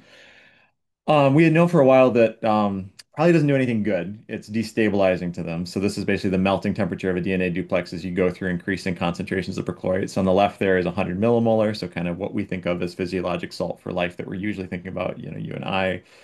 As you go up in salt a little bit, you get a little bit of stabilization for the ionic strength, but then you get this predominant effect from the ion itself that destabilizes duplexes. And biopolymers generally it goes down. As you get to the far right side of the graph, that's 9.5 molar saturated sodium perchlorate.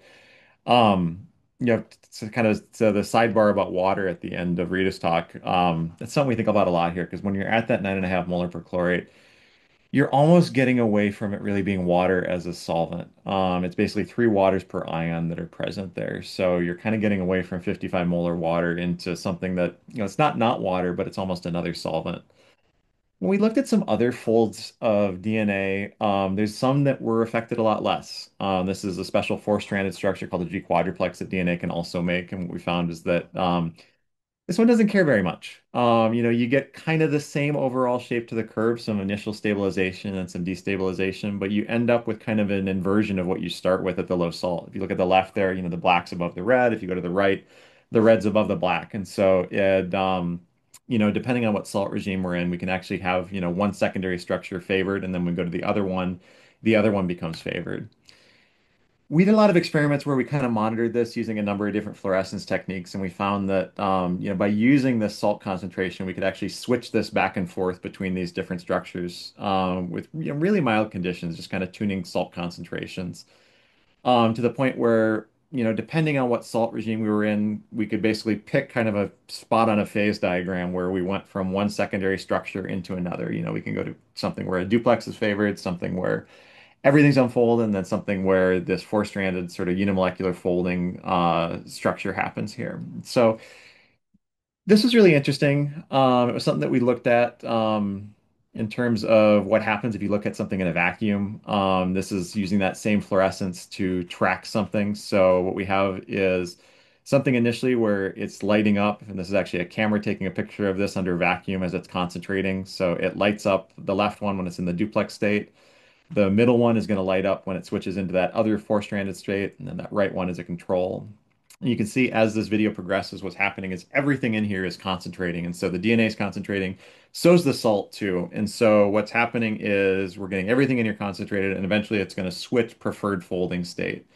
You can see as this goes on, eventually we're going to get to the end here, and that duplex is actually going to come apart and it's going to go into another folding state. And so this is, no temperature input here.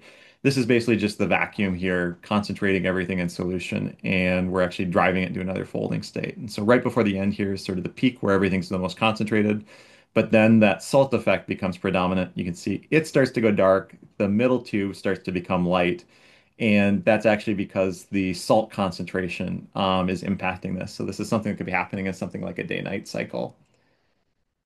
Um, we learned some sort of tricks about monitoring DNA folding that I won't get into sort of coming out of this.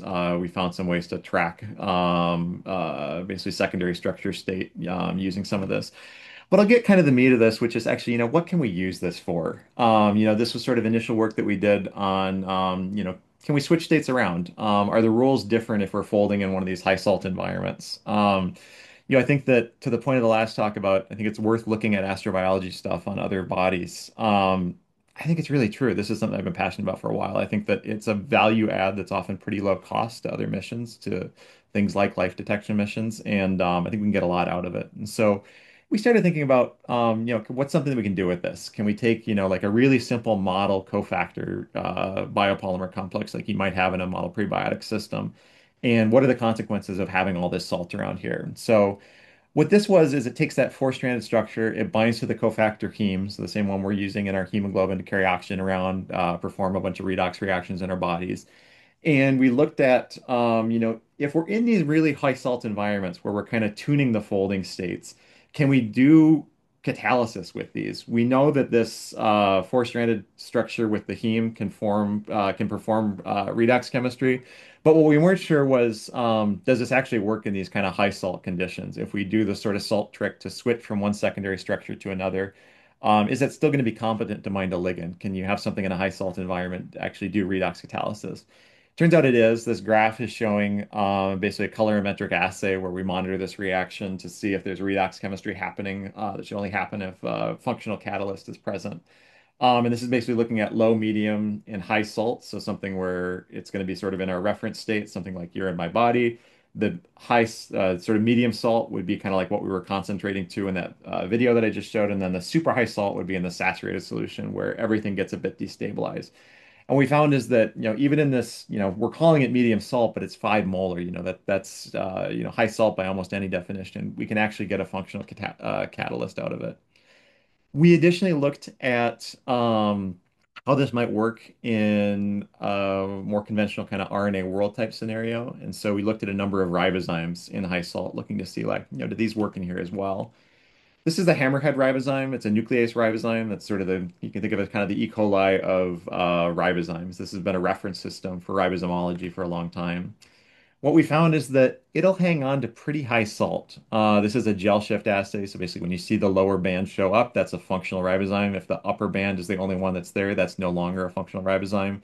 These two gels are showing 6 and 7 molar perchlorate, and you can see that it's hanging on up to about, 60-70% of a saturated solution. There's still a functional ribozyme in there, which is awfully high compared to proteins.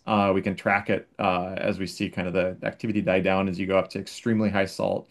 And it's sticking around up to very high salt. Certainly salt conditions in which this wasn't evolved. The hammerhead ribozyme was discovered in a viroid that infects avocado plants. Avocado plants tend not to be very salt tolerant. This wasn't a ribozyme that was evolved to be in this kind of salt challenging environment. It can tolerate quite a bit though. We also looked at some functional nucleic acids that were evolved not even in an organism. These were just selected and evolved purely in vitro. So this is a piece of RNA called broccoli that binds to a green dye that looks a lot like the core of green fluorescent protein. Just like the core of green fluorescent protein, it's actually not fluorescent on its own. It's a green dye that if it's in the right kind of structural context, you will get fluorescence. And so GFP depends on having the rest of the protein around there. And so that core is basically activated by the rest of the GFP beta barrel to give you fluorescence. Same idea here with the RNA. This is an RNA that binds to that GFP core-like molecule that's the black or gray F there. And then when you have the complex of RNA and the black F, you get green fluorescence. And so you need the dye, you need binding, and you need a folded RNA. This is looking at it as we go through increasing salt, and you can see that this will hang on, giving you fluorescence up to, multiple molar concentrations of salt. We're still hanging around, 4 or 5 molar salt. Again, this was something where the RNA was selected and evolved in the lab in non-high salt conditions. These were, more or less physiologic type conditions, on the order of 50 to 100 millimolar salt. Some of the work here was done evolving it or selecting it in an E. coli chassis. So this is, again, kind of low salt conditions. We can monitor this just by taking pictures too, and you can see the green fluorescence there is hanging on right around to about 5 molar. You can see there's just detectable fluorescence there. So again, most of a saturated solution.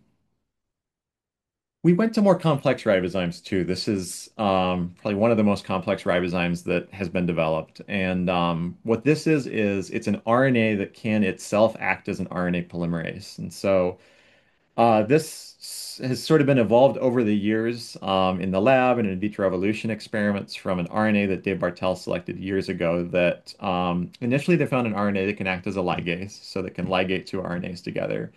And with a lot of clever tricks over the years, people have come up with sort of this very elaborate RNA that can work basically like any other polymerases we know in molecular biology, where if you have a primer template complex, you have RNA NTPs that can do primer extensions. So it will read out the sequence and it will give you a longer piece of RNA. We can monitor this on gels too. So in this case, we're going from a small thing to a big thing. So you're looking for that bottom band getting converted to the top band as we go to higher salt and continue to challenge it. And again, you can see as we get into the more complex ribozymes, they become a little bit more salt dependent, but we're still hanging on up to very high salt here. We're in the 2 to 3 molar salt range, where this is, you know, I would say it's not the most complex RNA known. That's probably, ribosomes or vaults, but this is certainly among the more complex ribozymes that have been evolved in lab experiments and are kind of tractable for these sort of simple gel readout experiments. We retain a functional ribozyme in this super high salt, despite a lot of the evolution of this RNA having happened in lower salt contexts. You can see this is sort of looking at the level of conversion that you get as you go to higher and higher salt. When we look at the proteins, the story wasn't nearly as good. So, as you probably gotten the idea, we think a lot about RNA. This is sort of where we live scientifically, but we wanted to look at, what are the consequences if we look at protein RNAs in these high salt conditions? If we do kind of the same experiment, look at a protein that came out of a mesophilic chassis, so a protein that came from, say, E. coli, and look at its salt tolerance, we see that it's like an order of magnitude lower. This is EcoR1, so a restriction enzyme. This one we're looking for going from something big to something smaller. This will be making a cut in a piece of DNA. And you can see the top there is 50 millimolar. Remember, we were at molar before, now we're at millimolar perchlorate. You can see it's got about half of its sort of baseline activity. Without perchlorate around, this would certainly be done after about an hour or so. And then when we go to pretty modest salt concentrations in comparison, if we look at 200 millimolar salt, it's pretty much shut down. You can see in the kinetic traces, this is kind of what we see here as well. You might say, that's not necessarily the best comparison. What if we look at something that actually did evolve in salt? And we can see that it gets higher, but it's not quite as good as the RNAs. The bottom one is antibiotic resistance enzyme that basically degrades a certain class of antibiotics, so kind of the penicillin class of antibiotics. We have a colorimetric readout. We're basically looking for a pink to yellow conversion, and you can see that that's doing about as well as the RNAs that are among the more salt or less salt tolerant of what we looked at. You can see that's shutting down, right around 3 molar there. So, about a third of the saturated solution there. But it does retain some activity there, going into high salt. Not surprisingly, perhaps, because this is an organism from a halophilic microbe, or sorry, a protein from a halophilic microbe. Next, we looked at if they could recover from some of these high salt excursions. So, what I've showed you, everything eventually shuts down at high enough salt. What we wanted to look at was what if they go to too high salt, enough that it kind of shuts everything down, unfolds everything, and then we bring them back into kind of more hospitable conditions. And so this is looking at the three ribozymes I told you about, the nuclease, the fluorescent aptamer, and that big polymerase. You can see on the left, we start with a functional RNA. We go to high enough salt that everything shuts down, and we go back to low salt, something where it hopefully can fold. And you can see we recover activity. If we do the same trick with the proteins, it's kind of a mixed bag. You can see with the EcoR1, it's just done. It's irreversibly unnatured. We basically scrambled an egg there. The halophilic beta-lactamase, surprisingly, you get some back, but not quite as much as we were seeing with the RNAs. And the only one actually we saw anything come back from was another nuclease that's from a thermophilic organism. So the bright red there on the right is a restriction enzyme that's derived from TAC, and you can see that recovers its activity. So we kind of started thinking about this in the context of, what might this mean for other bodies? And there's sort of two classes of halophiles or organisms that can get along with a lot of salt. And there's sort of the upper left that basically does housekeeping operations. They do a lot of work to have kind of a lower salt cytoplasm and to some extent make things in the cytoplasm that allow the salt not to be so detrimental. And then in the lower right is the other class, and that's just having a salty cytoplasm. So they kind of learn to get along with salts. And one way in which they do that is by, I have it shown as salt adapting their biopolymers. The way in which they do that is all the proteins tend to have a lot of charged residues on the surface. This lets them not be quite so salt denatured. If you think about RNA, this is certainly a case where you have something that has a lot of charged residues on the surface. Every single residue in a nucleic acid is going to be exposing that phosphate group that might be doing some of the same things that we see with things like, aspartate and glutamate residues. Then finally, the last thing that we saw here was we wanted to look and see if there were kind of some latent functions that RNA might have. And, we took the inspiration from living systems. We think a lot about living in a central dogma world where we go from DNA to RNA to protein, and protein is sort of doing most of the business of the cell in terms of catalysis. But of course, there are some examples where RNA has retained this role. The ribosome does protein synthesis. A lot of microbes have riboswitches that control gene expression. RNA splicing gets done to some extent by ribozymes. The group 1 intron is itself a ribozyme. So what we wanted to look at was would we be able to get some new activities from RNA out of the presence of some of these oxychlorine species. And so we looked at another oxychlorine species called chlorate that's probably among some of these based on pathways that are likely to produce perchlorate and monitor these by a number of different assays. And what this graph is showing you is basically that we can actually get halogenation from that same nucleic acid heme complex that I was telling you about. So initially we were doing that to do kind of redox chemistry. Now we're doing halogenation chemistry with it. And so what you're seeing is that absorbance goes away there basically is going from that left product with a single chlorine atom to the right product with two chlorine atoms there. So as that trace goes down, that's an indication that we've probably made a carbon-chlorine bond. We wanted to look at it a little bit more closely, so we looked at a second substrate. And in this case, instead of watching something go away, we were watching something show up. So we're watching a new absorbance band come in on a dye where once it becomes chlorinated, we'll see kind of a long wavelength band show up. We additionally monitored it by mass spectrometry, and we saw that, in fact, we were adding chlorine atoms. You can see based on the mass and the isotopic signatures that we're actually doing a halogenation reaction here. This is something that we're really excited about because when we think about ribozymes, we found a lot of ribozymes. The community has found a lot of ribozymes that can do phosphate transfer reactions, but finding ribozymes that can do some of these reactions that we think about as sort of being the business of proteins, like making interesting chemical bonds or building up more complex molecules. There have been fewer of these from ribozymes, and this seems like it could potentially be a new one. And so, how does this come back to the moon? I think that when we think about biology and the different things that happen, like different catalysts that it can do, I think there is a lot of sort of biology that we know centrism here. And, we think about proteins that do a lot of interesting chemistry. I think this shows that, RNA can do a lot more. And additionally, it can tolerate a lot of different environments that it can't. These are some examples of, sort of protein interactions with cofactors like the one that we use, like heme.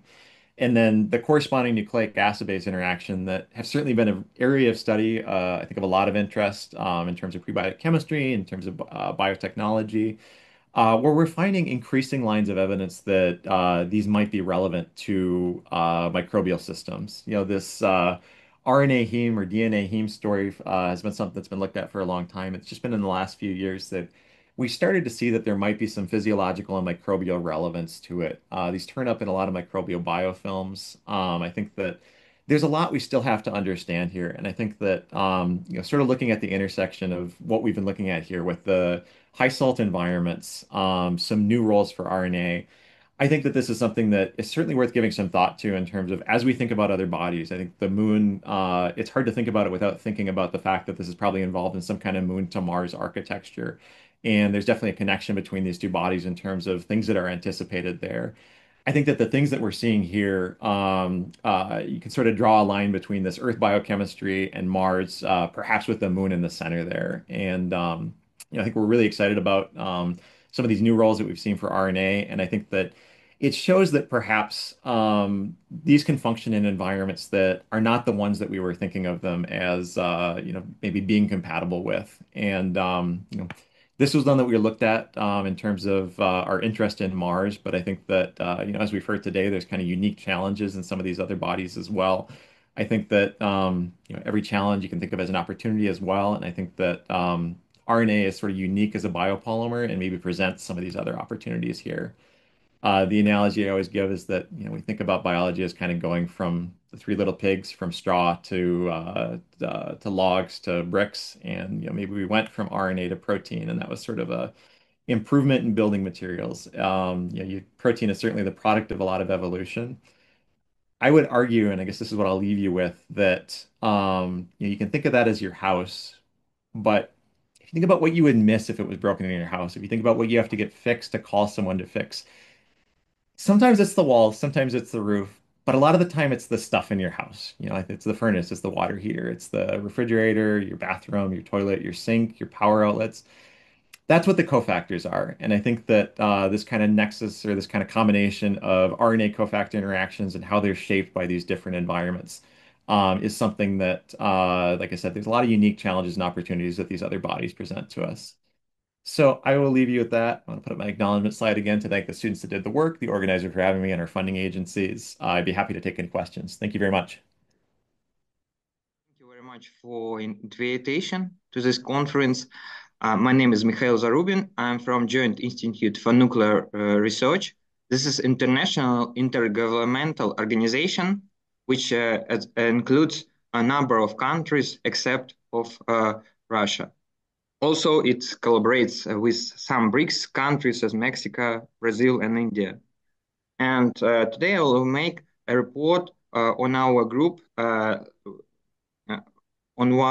project TARDIS with group leader Elena Kravchenko. The report is Extreme Stress Tolerance of Tardigrades in a View of Spaceflight Studies, Astrobiology, and Radiation Protection. So let's to systematize, I just at first will introduce and make review of studies related to experiments with tardigrades directly in space or in simulational studies. And then I will talk about some unique metabolites, that's another branch of studies related to tardigrades and that are useful for spaceflight studies and space exploration. So first of all, let's introduce these animals. These micro-animals are related to phyla tardigrade. They're also known as Wasser bear. They were discovered in 18th century, and they are present in many biomes on Earth, including most extreme environments. Also, what is important, these animals have a developed neural system with brain, muscle, digestive, and other systems consisting of differentiated tissues. After the point when scientists have discovered their unique ability to undergo anhydrobiosis state, they also have performed multiple laboratory stress tests. For example, scientists have demonstrated that this organism is able to survive in complete desiccation, at least some species. Several experiments have demonstrated their survival ability of up to 10 to 20 years, and one exceptional example is demonstrated from tardigrade collection, their ability to survive more than 100 years since 19th century. So also they are quietly resistant to various toxic media, including organic reagents, heavy metals, various pH values, etc. What is more important for spaceflight studies? They are able to survive in space vacuum and under extreme pressure. They survived for 12 hours at 7 gigapascal hydrostatic pressure experiments. Also, they were able to survive in ultra low and high temperatures. Their ability to survive low temperatures is incredible. For example, they were able, and this process depends on rapidity or the speed of cooling. But if you make it gradually, you can achieve quite a high or 100% survival rate with this organism. Heating is more dangerous for these animals, but for example, the highest values indicate that some organisms were able to survive upon a single heating up to 125 Celsius and for about 1 hour at 90 degrees. Also, what is relevant for astrobiology relevant stress tests is a mechanic impact shock. This study was dedicated to stress tests related to meteorite impact or gunshot impact, so they were able to survive in these experiments too. But let's move to some astrobiological points. These organisms have become model organisms for astrobiology in 2000s. This have one of key steps for this is the development of a cultivational protocol. This was done in Japan by a group of Koneida, Harikawa, and many other Japan scientists who also a part of this team was studying some other anhydrobiotic animals, including meats and mosquitoes that are desiccation resistant. And scientists has established this organism as quietly suitable for astrobiology. Let's move to some first experiments. Series of experiments have performed with this organism in Mars environmental chamber. So during these experiments, tardigrades and several other extremophile organisms, which are marked on this slide, managed to survive a Mars-like surface environment that includes regolith, low pressure, low temperature fluctuations, harsh ultraviolet, and ionizing radiation. What is important, among a group of extremophile animals, they have managed to survive with and without ultraviolet radiation for about 40 days. They were leaders, and maximum lifetimes of survival were 90 days under harsh UV and 350 days in the dark without ultraviolet. So let's move to a review of some spaceflight experiments with tardigrades. First experiments with this organism have been performed during Russian Photon M3 mission by groups of scientists. Experiments included tardigrades placed directly in spacecraft and on outer surface. This is multiple extreme environment as organisms will manage to survive. And what is important, this was the first demonstration of animal to survive directly in outer space. Moreover, scientists have done during this mission experiments with UV blocking.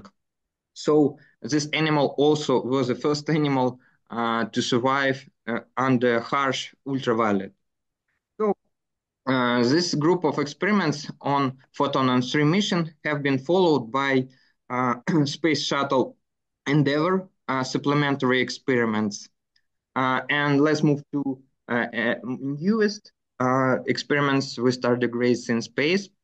Of course, it's well-known Bereshit Israel Moonlander mission, which is private mission of Space EL. But this is more like this mission is not famous for their scientific results due to biology. This is like peculiar case that evoke a lot of questions on planetary protection policies, legal and regulatory aspect of landing of biological material on Moon. And what is more serious is International Space Station experiments, which is a NASA experiment, Cell Science 4 mission. This is first omics studies of tardigrades' response to space conditions and identification of dedicated to identification of genes required for adaptation and survival in high-stress environments. Also, this is first long-term and short-term experiment directly in space. So you can see here the M logo of this mission, and they have developed bioculture system device that is used for experiments with long-term experiments with tardigrades directly in space. So the results of this experiment haven't been published still, but I expect they will be published soon in few years. And next, I also would like to mention that another ESS International Space Station experiment have been conducted by Indian Space Research Organization. This is launched have been performed in May of this year. So we are waiting new results on this topic. And what are main results of spaceflight experiments with tardigrades? First of all, they are extremely resistant to space conditions. They are first animals to survive in outer space. Also, they are resilient to harsh UV radiation in outer space. Moreover, animals used in this experiment developed normally after flight experiments, and a lot of new data, including genomic data, is awaiting for publishing. Next, and main conclusions of this experiment, tardigrades outstanding animal model organism, not bacteria, not microorganism, not fungi, for spaceflight studies and astrobiological studies. And what is even more important for us as humans, principles of cryptobiosis, resistance of tardigrades to physical-chemical stresses as ionizing radiation is a unique source of knowledge to harness spaceflight risk and to improve to help our space explorations. So for us as scientists from Nuclear Institute, as well, the most interesting part of their resistance, they are multiple stress resistant organisms, they are radio resistance, but also radiation, ionizing radiation, and ultraviolet radiation are one of the main risks for space exploration. So our group conducts research of natural mechanism of extreme stress resistance and with focus on radio resistance. This is interdisciplinary work that links genetics, molecular biology, cellular biology, biophysics, and astrobiology. So, what about radio resistance of tardigrades? Right now, they are considered the most radio resistant animal known to us. Not all animals are equally radio resistant. Tardigrades, but they are more than 400. Some of them are more than 400 times more radio resistant than human. They are more radio resistant than E. coli, even many other bacteria. The radio resistance tests are one of the detailed stress tests with tardigrades. All main types of ionizing radiation have been studied with this organism, including X-rays, gamma rays, heavy ions, protons, and many more. So scientists were interested, what are specific protective mechanisms that makes them so resilient? And the most easiest, the first idea was just cryptobiosis. And so the problem with radio resistance, so you can see this picture from the review by Ingemar Jonsson, they have ability to undergo to cryptobiotic or tuned state. When they get rid of 95% of water, they undergo desiccation, and after harsh or uncomfortable conditions change, they are rehydrating and become active. What in case of radiation, they nearly equally radio resistant. They're extremely radio resistant in both active and dehydrated states. So I'd like to mention that cryptobiosis, yes, this concept was introduced by David Kliment, born in Russian Empire, and this is a process of reversible transition of organism to in inactive states to withstand harsh environments. But the principles of cryptobiosis principles of cryptobiosis have been studied since 19th century by, for example, Spallanzani, Lazzaro. So what are the key factor of their extreme resistance and their special feature that makes them so stress tolerant? was discovered in the most radio-resistant animal and tardigrade species known to us, Rhamazotys pharenatus. Talking honestly, this organism was collected just in dry moss from Sapporo in Japan. This was not a very harsh environment.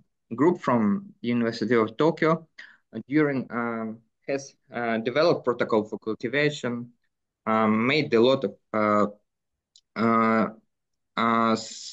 they made first genomic studies of tardigrades, one of first of these tardigrades. They cultivated, they obtained a lot of enough of biological material to perform genome sequencing, and they demonstrated this organism is extremely radio resistant. And then through complex studies, they have discovered damage suppressor protein, DSAP, which is one of unique tardigrade disordered proteins. You can see a group of KH, CHS, MHS, ETHS. So these groups of intrinsically or candidate intrinsically disordered that haven't been approved still, that are intrinsically disordered. This is one of key and factors that distinguish them from several others radio-resistant organisms. They have several groups of these proteins. So Japanese scientists have focused on directly DNA damage in these organisms and have discovered the subprotein. So what's more interesting, this protein was introduced in human cells that expressed the subgene, and they has increased radio resistance and stress resistance. So the idea was that the principle behind this protein protection of DNA is quite unique, and that quietly universal, that it can help us to protect DNA materials in other organisms.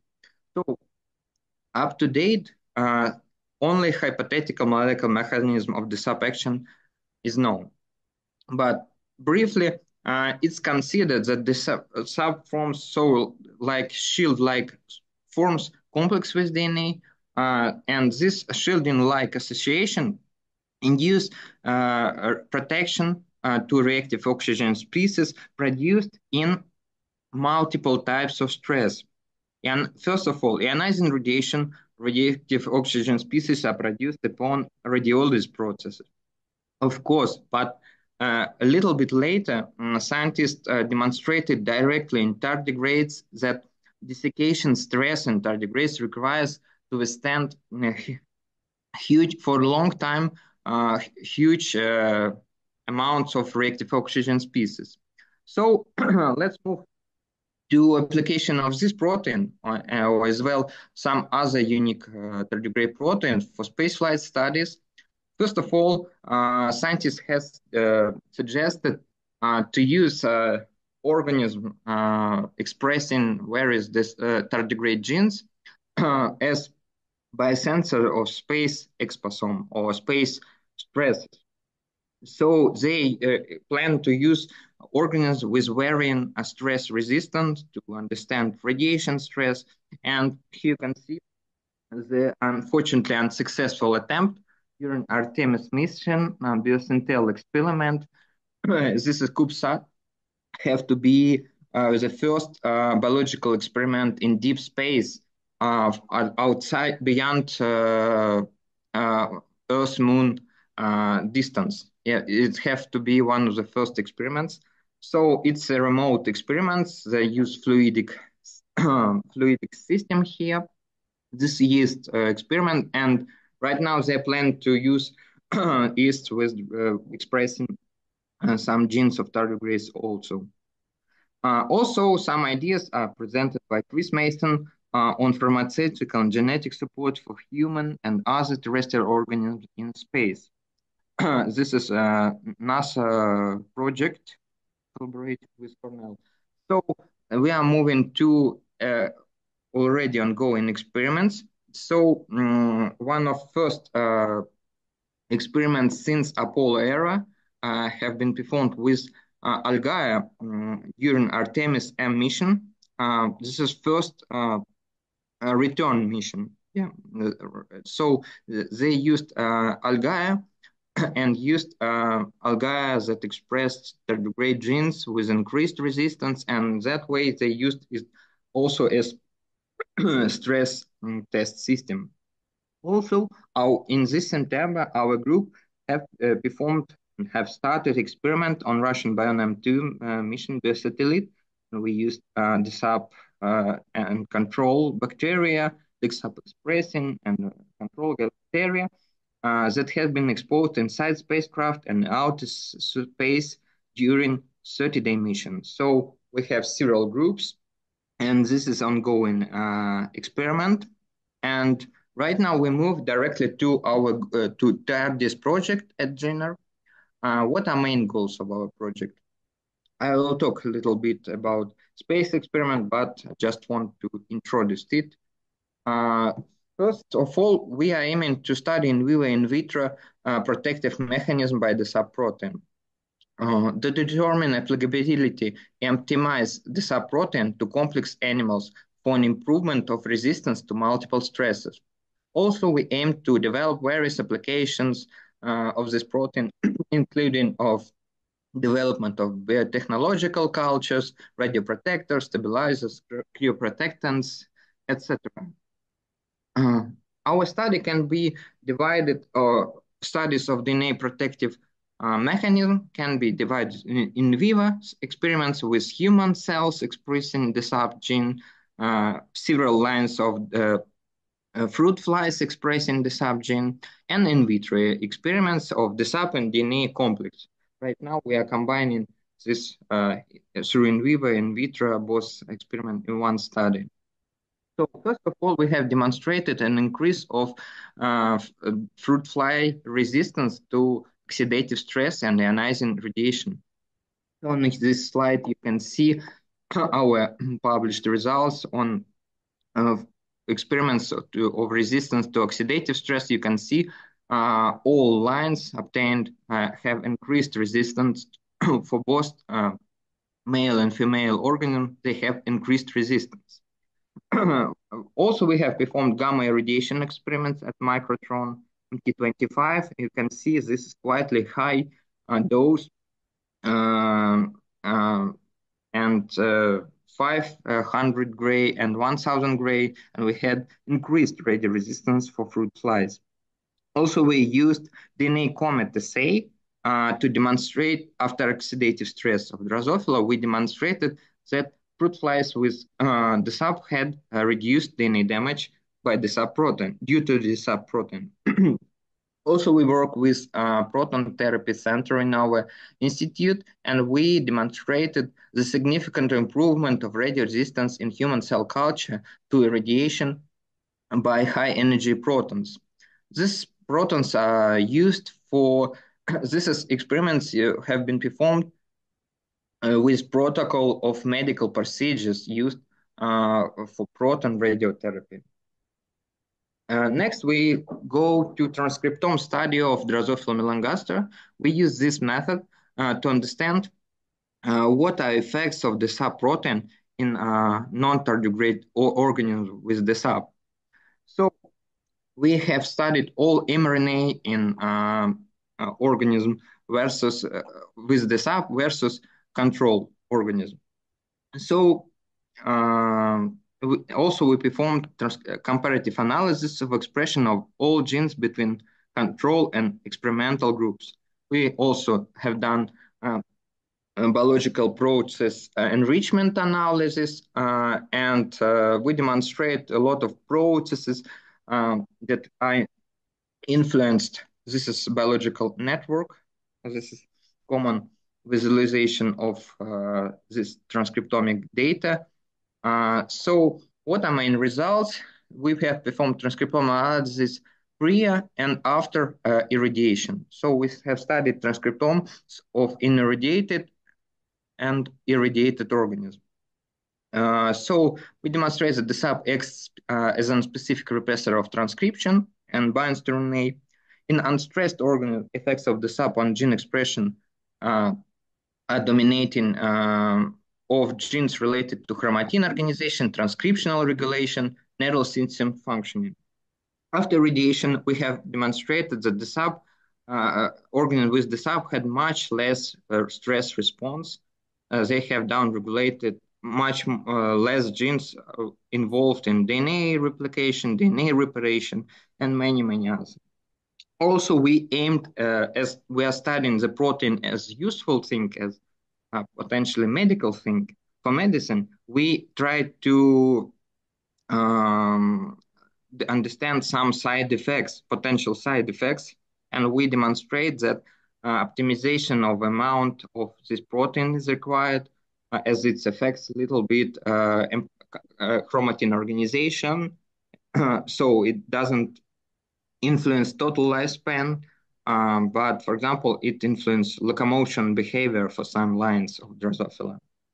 So let's move to molecular mechanism of radioprotection. So on that goal, we have performed structural biological study of the sap and the sap DNA complex. So for the first time, we aim to understand structural properties of this protein, and we knew that it's a candidate significantly disordered and highly flexible protein. We aim to understand the effects of various physicochemical properties on this protein, and this, also we aim to assess the sub-DNA protein complex to validate the mechanism of radioprotection.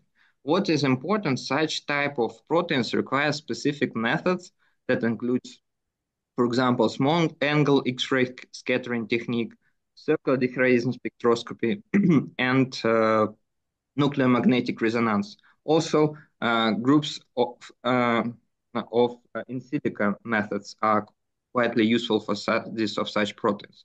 First of all, we have developed the protocol for production of purified the subprotein in required amounts and required media.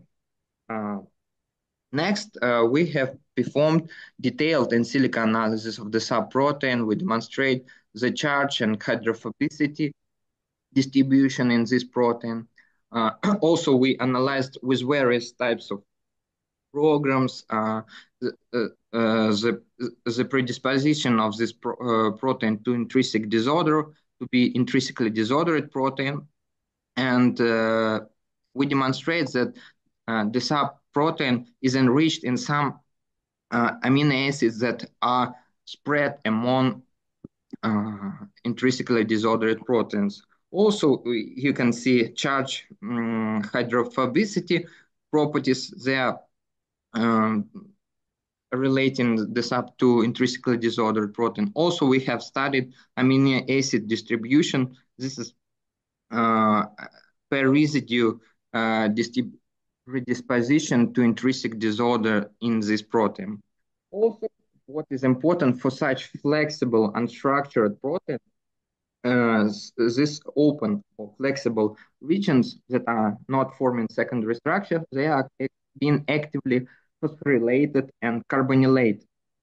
Phosphorylation is a very important point for such proteins that changes their flexibility, structure, conformational. This process influences so much this structure of this protein, so we demonstrate the distribution of potential phosphorylation sites. Carbonylation is one of the most spread types of post-translational modification in proteins upon irradiation or oxidative stress. So let's move to experimental data. First of all, we demonstrated that the sap in solution is monomeric, highly flexible molecule. We determined a lot of molecular features of this protein in various solutions, including PBS, distillated water, and effects of urea, denaturation agent. Mikhail, 2 minutes, please. Yeah. Okay, I'm moving. So here you can see low resolution models, but it's not correct two low-resolution models that are ab initio models obtained from small-angle X-ray scattering data. So this is like something like most probable atom positions. But in reality, we have very flexible molecule, and it's more precise. To precisely characterize this protein, you have to perform modeling of conformational ensemble of this protein. It's called, upon prediction analysis, this protein, the subprotein, it was called Janus sequence that undergoes context-dependent collapse and expansion. And here you can see we have performed modeling, and we demonstrate that both pools of compact and extended molecules are present in this pool. Also, we have managed to demonstrate flexibility of this protein. This is extremely flexible molecule. Also, we have determined a secondary structure of the subprotein, and it's important to demonstrate transitions of secondary structures in such proteins. And by using circular Dihydrogen spectroscopy and prediction, we demonstrate that the sub forms so-called fuzzy complex upon binding with DNA. It means protein remains highly disordered and flexible within the sub-DNA complex. Maybe some point, this is one of features that makes them so effective in protection of DNA. So here are some perspectives of TARDIS project at GINER. First of all, we are planning to combine in vivo in vitro study of the sub-DNA complex and to study the interaction in one study. Next, we are planning to perform continue this space experiment on Bion-MT mission B satellite.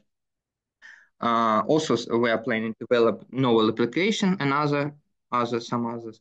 And in general, what take message from this report, the role tardigrades in some way help to focus on DNA binding EDPs or some other non-DNA binding EDP proteins, intrinsically disordered proteins, as protective molecules. And I think that is very important, maybe the most important result of tardigrade studies. So happy to be here Thank you again. I was here last year and it was a blast. I would like to correct you just for a second. I'm not a doctor. I'm actually a master's student in Great. bioinformatics at the Universidade Federal da Paraíba. Can you see my screen right now? Not yet. Not yet.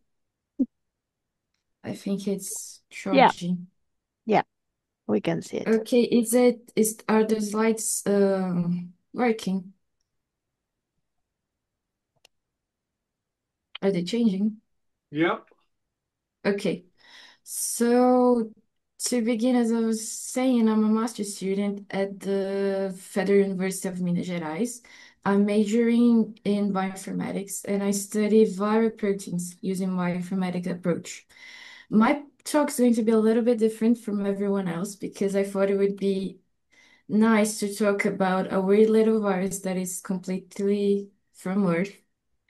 And because it is a very unconventional virus, and maybe it can be a model to try and understand a little bit of astrobiology and life's potential. This was actually published earlier this year in Genetics and Molecular Biology. First of all, viruses are a type of mobile genetic element that are usually coding for proteins that encapsulate their own genomes. Usually, they're seen as simple causers of diseases infecting bacteria, archaea, algae, invertebrates, vertebrates, plants, everything you can imagine. But actually, they are very exceptional and they have a lot of evolutionary strategies. In 1981 and also in 2003, the first giant viruses were discovered. First, it was the algae giant viruses in 1981, and then the amoeba giant viruses in 2003. And that started a whole new area of virology that focuses on viruses that have nothing to do with human health. They are just giant and special, as I'll explain a little bit more in my talk. The difference between those viruses and the regular virus that we are used to talking about in the news and everything, such as influenza and SARS-CoV-2, is that they are much bigger, as you might imagine. The particle sizes of giant viruses are actually comparable to unicellular organisms, and the genome size, while regular viruses are usually coding to up to 10 proteins, giant viruses have around 1,000 proteins. And also many of them have auxiliary metabolism genes, which are genes related to the metabolism of nucleic acids and also the central carbon metabolism. So this immense diversity of that we can find in viruses are actually a reflection of its huge number of evolutionary strategies that is adopted by this group. Although we know a lot about giant viruses, everything we know about them we found out using homology methods. And this is not really great for viruses, as I'm going to explain later.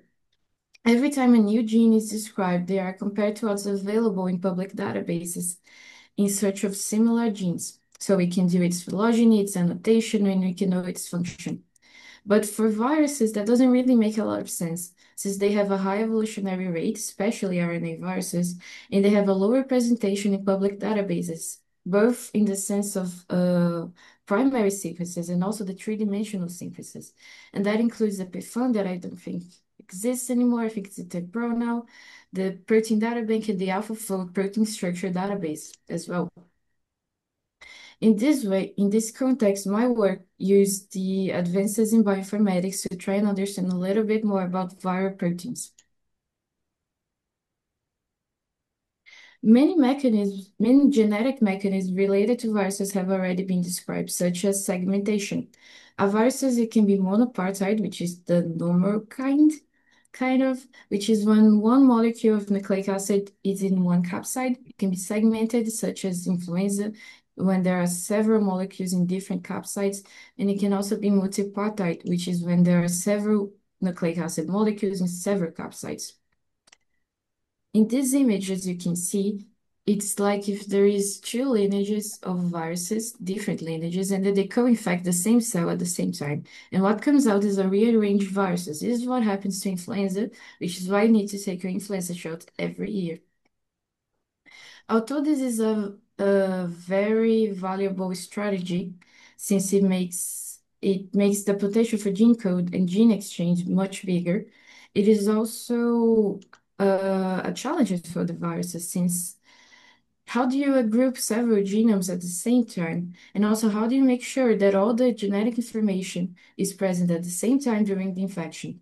So the viruses, they have a lot of strategies to deal with this, such as traffic between cells, also selective packaging, specialized proteins, triage mechanisms, and also modulation of genetic expressions. As another genetic mechanism is gene overlap, which is a strategy that allows for the synthesis of more proteins while you maintain the same genome size. So what does this mean? Usually it is when viruses, they introduce a new, this is called gene novelty. It's usually when there is a new reading frame, which is introduced into already existing genes.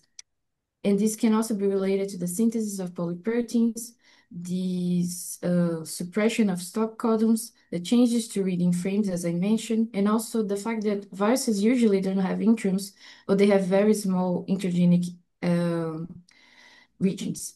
In this image is actually the genome of a bacteriophage. And as you can see, the K and the B and the A asterisk and the A and the C genes, they're all overlapping. And also the E and the D genes, they're also overlapping. This can lead to evolutionary constraints, since two functional proteins that are overlapping, they are going to be going for different evolutionary pressures. And so nothing that happens to this one can affect this one negatively. And actually, a lot of viruses do this. And there are like a lot of examples of really cool viruses that actually have forward and reverse reading frames. And like they are going through different evolutionary pressures, and they are doing their own thing. They have their own functions. Except this is like a very interesting topic, but we would need a whole new talk to talk about that. So I'm going to stay in track. All these mechanisms, they reflect the plasticity of viral genetic information and they guarantee the synthesis of all needed viral proteins, including those that are related to a bigger viral independence in relation to its viruses. There is also the theoretical possibility that the similarity between viral proteins and host proteins could lead to the cross-activation of cellular pathways. When a virus completely takes over a cell and transforms it into a viral fabric, it stops being called a cell and is now called a virus cell. A really cool example of the genes that we can find in the giant viruses, as I mentioned, and also the genes that are related to viral independences, is the metabolic auxiliary genes. As I mentioned, they are related to nucleic acid and the central carbon metabolism, but as you can see in this graphic, such as replication, transcription, carbohydrate, and gene production. And they are mainly present in the nucleocytoviricote, also called the nucleocytoplasmatic large DNA viruses, but they can be found in other viruses such as herpes And all the big and giant viruses that we know of right now, they are part of this phylum called nucleocytoviricote. And a few of recent works have actually found out that giantism is a derived characteristic in the giant virus phylum, which allows the possibility that small viruses could, phylogenetic be giants. And in this context, in 2020, my collaborators, they found the Yaravirus brasiliense. 2020 was not a nice time to be finding out new viruses, as you can imagine.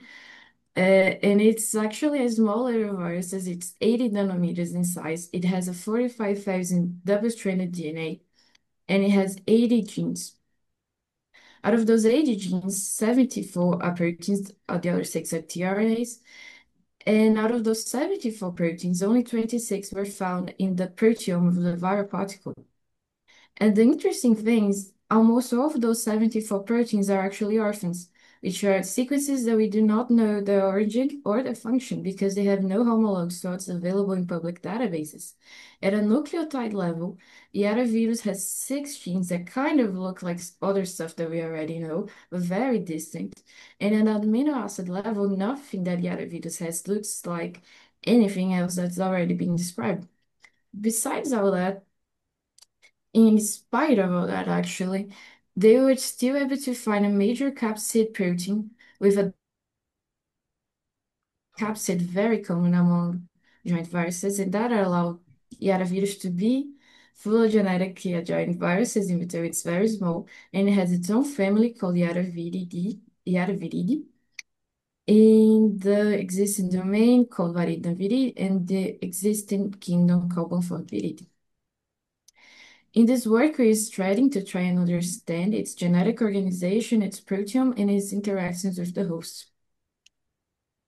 The Yaravirus genome is in the NCBI databank. We use FAR2 and iTaster to try and model its proteins. Options with the iTaster option, basically, and ab initio. Ab initio takes a lot of computational power that I did not have, and iTaster, it's kind of the middle ground between homology and ab initio, so it was the best option for us. We use Coach to try and understand its ligands a little bit better. We use Swiss model, PDB viewer, and PyMod to visualize these proteins. And we use FoldSeq to compare our three-dimensional models with what's available in public databanks. An interesting bit is that when we were analyzing our results, we found that different Yaravirus proteins were related to the same functions. So this was an example that I took. This is a malate synthase. These are 2 different Yaravirus proteins that was related to the function of malate synthase, which is an enzyme present in the Krebs cycle. To try and understand a little bit better how these proteins were related to this function, we aligned them with malate synthase from the PDB, the protein data bank. We superimposed it, at least we aligned them, We superimpose them and then we remove the PDB protein. So as you can see in this final image, it seems that Yaravirus proteins are actually related to different parts of the PDB protein, which suggests that they could be put together at a peptide level. We thought that this kind of sounded like a weird splicing kind of thing, so we used these different algorithms to try and find splicing sites. We couldn't find any, but maybe it's because since this virus is not related to any, I mean, it is very distantly related, so maybe its splicing sites are also different, but we can't know that. We were able to model 74 Yaravirus predicted proteins, and we separated them into 5 different categories. First of them was the cell death and protein breakdown, cell signaling, RNA metabolism, DNA metabolism, and also basal metabolism. Here we propose that these genes that are distanced from each other in the genome are actually being expressed separately and as distinct modules of the same protein and united at a peptide level instead of the RNA messenger level, which would characterize a splicing event. Even if that were the case, as I mentioned, we couldn't find any splicing sites, and we sort of hypothesized that this could be a new type of genomic organization. As with overlapping genes, the fragmented genome, it allows for more proteins with the same small genome, but it can also lead to evolutionary constraints, seeing that different functional proteins would be going through different evolutionary pressures. Even so, these distinct modules, they allow for a bigger possibility of combinations. It is known that viral proteins have context-dependent secondary structures, being the result of both local preference, as in conformation preference, and also non-local factors, such as tertiary interactions. It is also possible to quote that different proteins in literature have already been confirmed to have different conformations, such as the VP40, which is an Ebola virus protein, which has 3 different functional,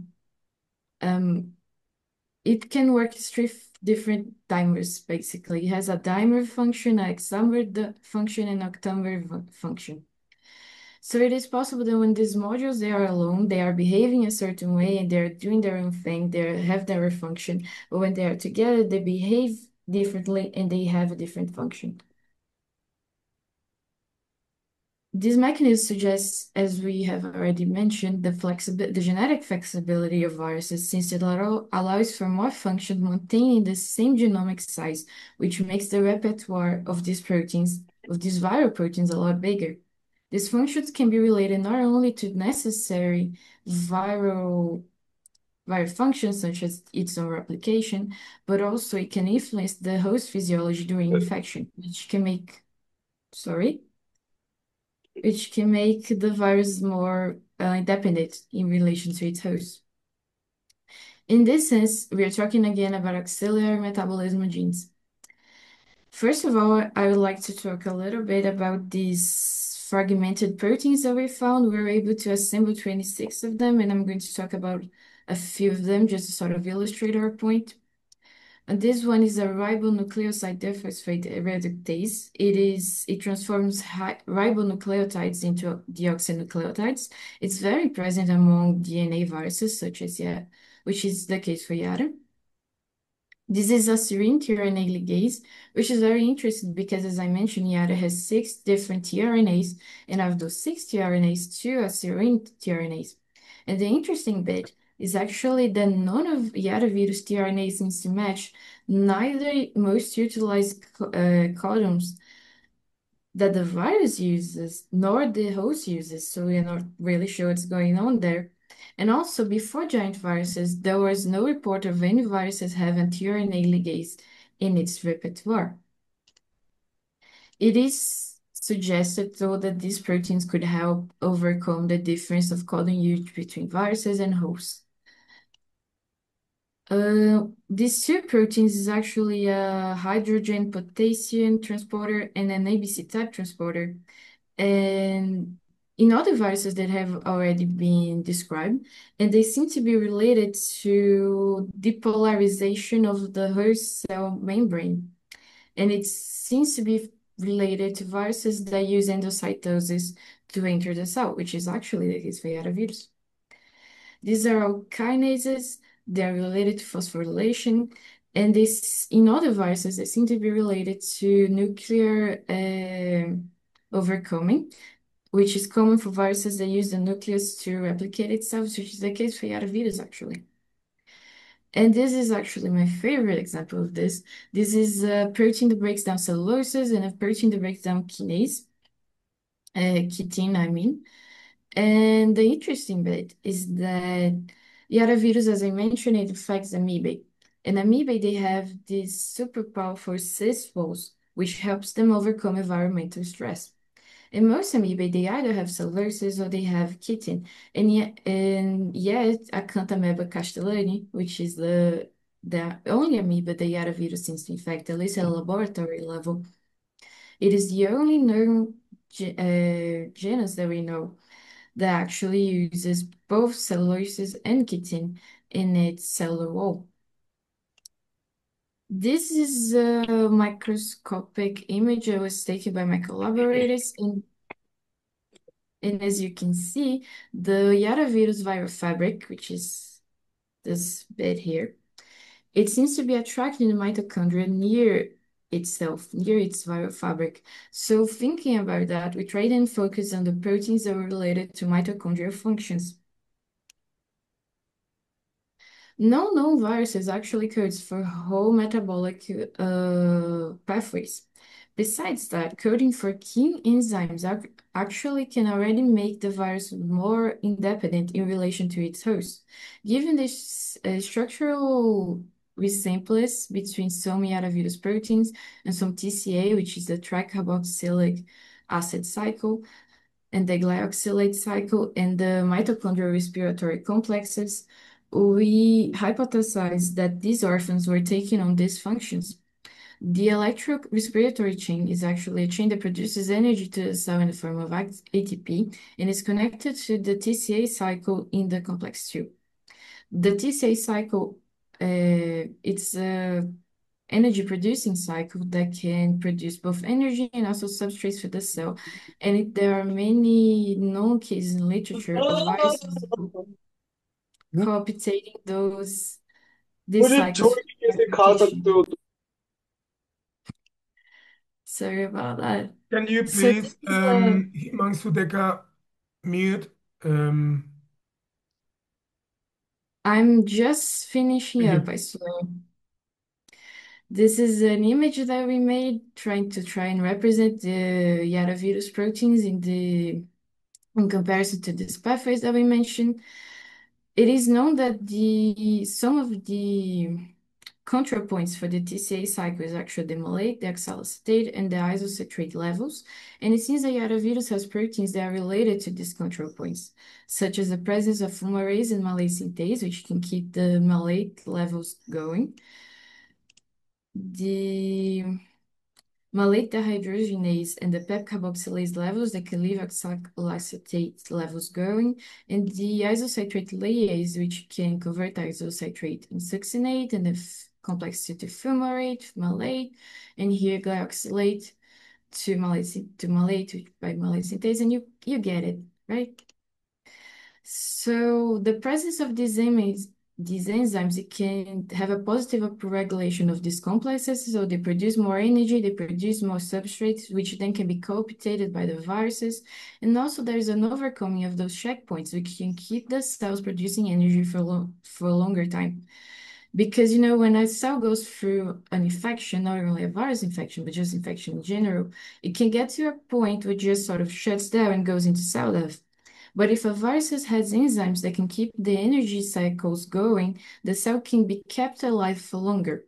And in literature, especially this paper by Rosenwasser and collaborators in 2016, they came to the conclusion that high metabolism cells, which is the case for amoebae and also algae, they have a higher tendency to have a lytic infection rather than a lysogenic infection.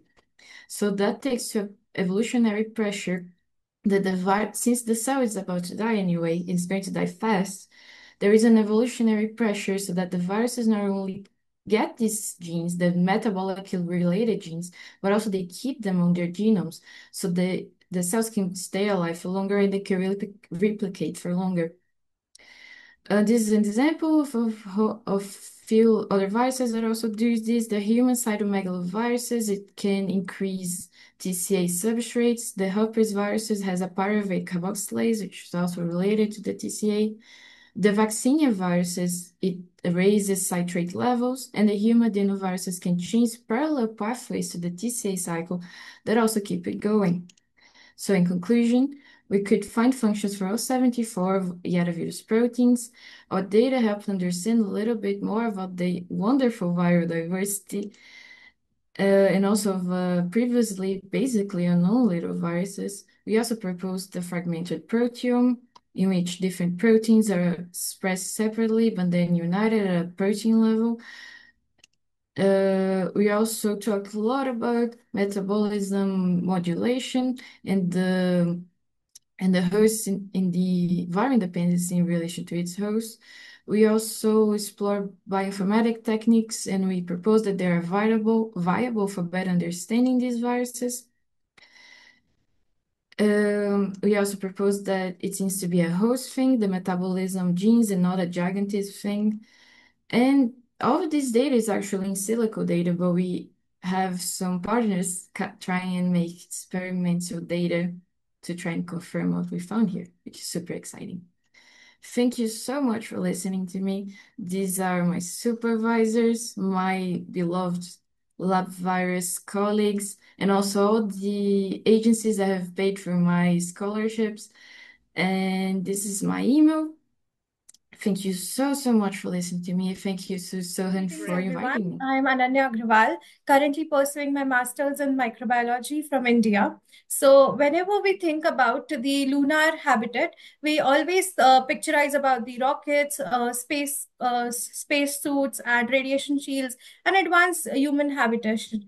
But what about that the important contributors for the lunar habitability or sustainability are not humans or any machine, but microorganisms. So in this presentation, I'll be discussing about the extremophiles and how these can be used for these sustainable lunar habitats by not by biologically engineering them, by analogous studies, and by also learning from the extremophiles, terrestrial extremophiles. So, starting with the lunar environment, like the temperature, it has a varied temperature. Like it can be during daytime 127 degrees Celsius to minus 183 degrees Celsius during night. Also, there are certain permanently shadowed regions that receive very low sunlight or no sunlight. So their temperature can even fall below minus 253 degrees Celsius. Second condition is vacuum and desiccation. Since the moon does not have atmosphere, so it is nearly a complete vacuum, due to which also there is little or no water present on the moon. Thirdly, microgravity. It is about the 1/6 of the Earth's gravity. So humans can adapt to it by using technology, but microorganism behavior changes drastically, like their growth, biofilm formation, or their genetic expression changes drastically. And also, since the moon lacks their own magnetic field like Earth, so they are under intense exposure to the radiations like solar radiations, UV rays, galactic cosmic rays, which are the high energy protons from the deep space. And these can be extremely penetrating and extremely damaging for the lunar surface. And lastly, there is also scarcity of nutrients and water on the surface, though regoliths may contain some minerals, but they might be not usable by the microbes. So now, extremophiles. So extremophiles are the organisms that not only survive, but they also thrive at the extreme harsh conditions.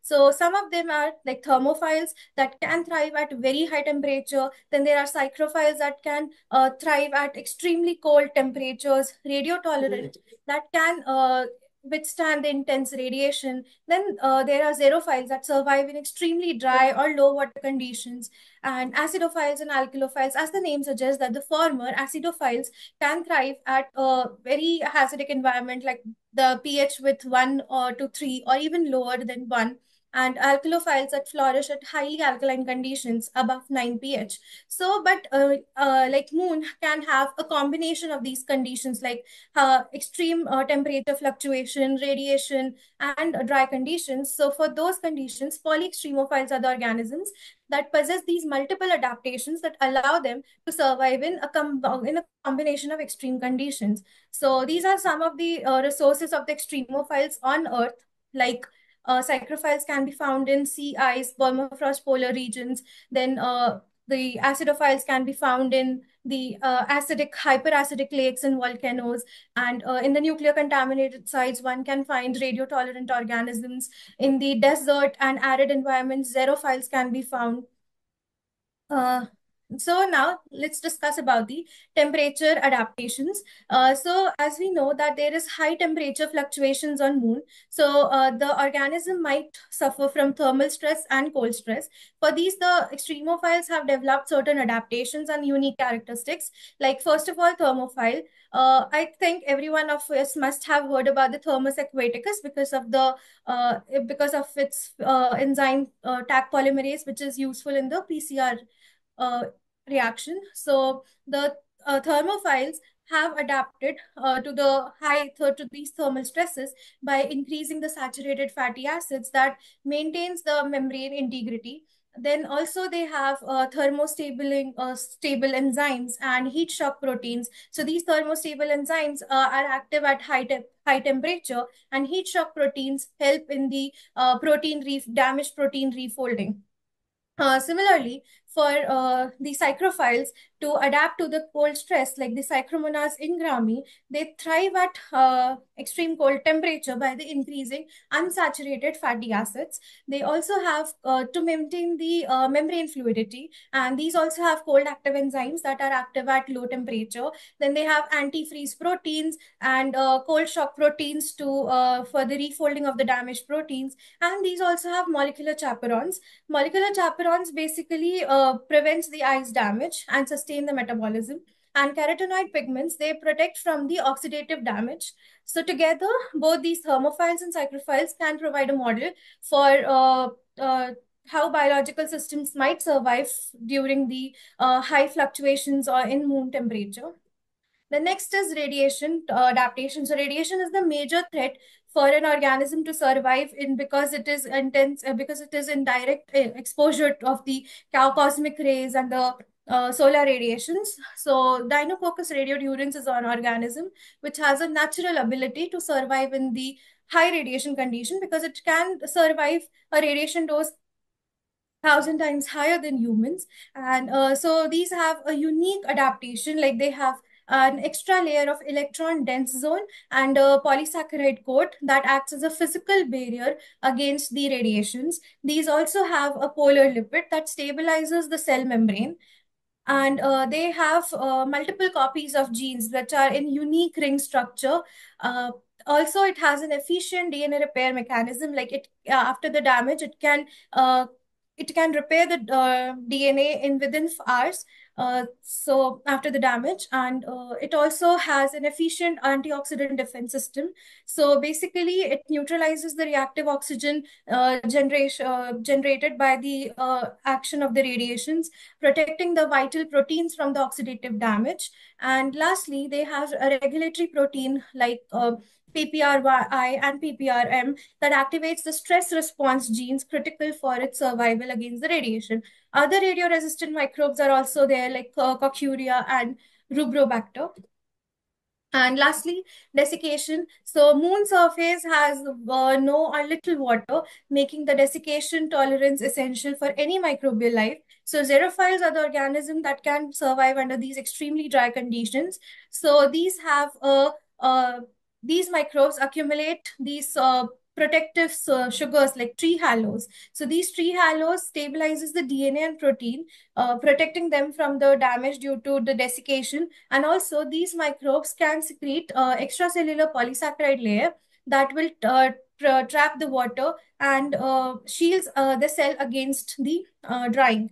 So some of the examples are Nostoc cyanobacteria, which produces EPS layer for water retention, and tardigrade, although it is not a microorganism, but it is the model for astrobiological studies due to its ability to survive in extreme dehydration conditions.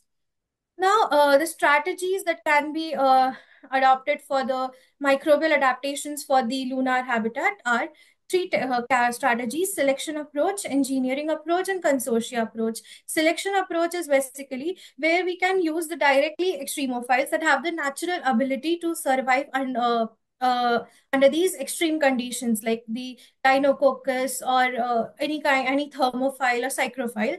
The other approach is engineering approach. So as you can see in the diagram, that we can use a common microbe like an E. coli, which is a microbe A, or Bacillus subtilis, and we can take a gene of microbe B, which is a extremophile. We can genetically modify any microbe with using the extremophilic gene to produce a synthetic organism that has enhanced stress resistance and DNA repair and biofilm formation. For example, a Bacillus subtilis can be genetically modified with a Deinococcus radiodurans gene to make it resistance against the radiation. And third approach is a consortia approach, where we can design a microbial community by combining multiple species. So these consortia are efficient in waste recycling, resource recycling, and it also increases the robustness against the lunar habitat stresses. So the microbial engineering plays a crucial role in developing lunar biosupport systems, which are necessary for sustained human adaptation, like the photosynthetic cyanobacteria, like Limnospira indica. It converts carbon dioxide to oxygen. The carbon dioxide that is released by the astronauts, so it can be converted to the oxygen that supports a closed habitat respiration. Also, the plant growth promoting bacteria can aid in nitrogen fixation and phosphorus solubilization, making the barren lunar regolith more fertile for crop growth. Additionally, the microbial consortia can convert the organic waste, which is generated by the crew, into a valuable biomass, water, and fertilizer, closing the resource loop crucial for long-term missions. So the projects like European Space Agency's MELISA, it can harness these microbes in integrated bioreactors to sustain life support systems. Moreover, the extremophiles like Deinococcus, Coccidiopsis, these demonstrated remarkable resilience in space and are promising candidate for deployment in harsh lunar conditions. And so now the current research also continues in exploring the microbial consortia capable of processing the lunar soil and maintaining closed loop ecosystem, moving closer to achieving autonomous lunar habitats. So this integration of Earth's extremophile into lunar bioengineering showcases how microbial life can be harnessed to support the human exploration beyond our planet.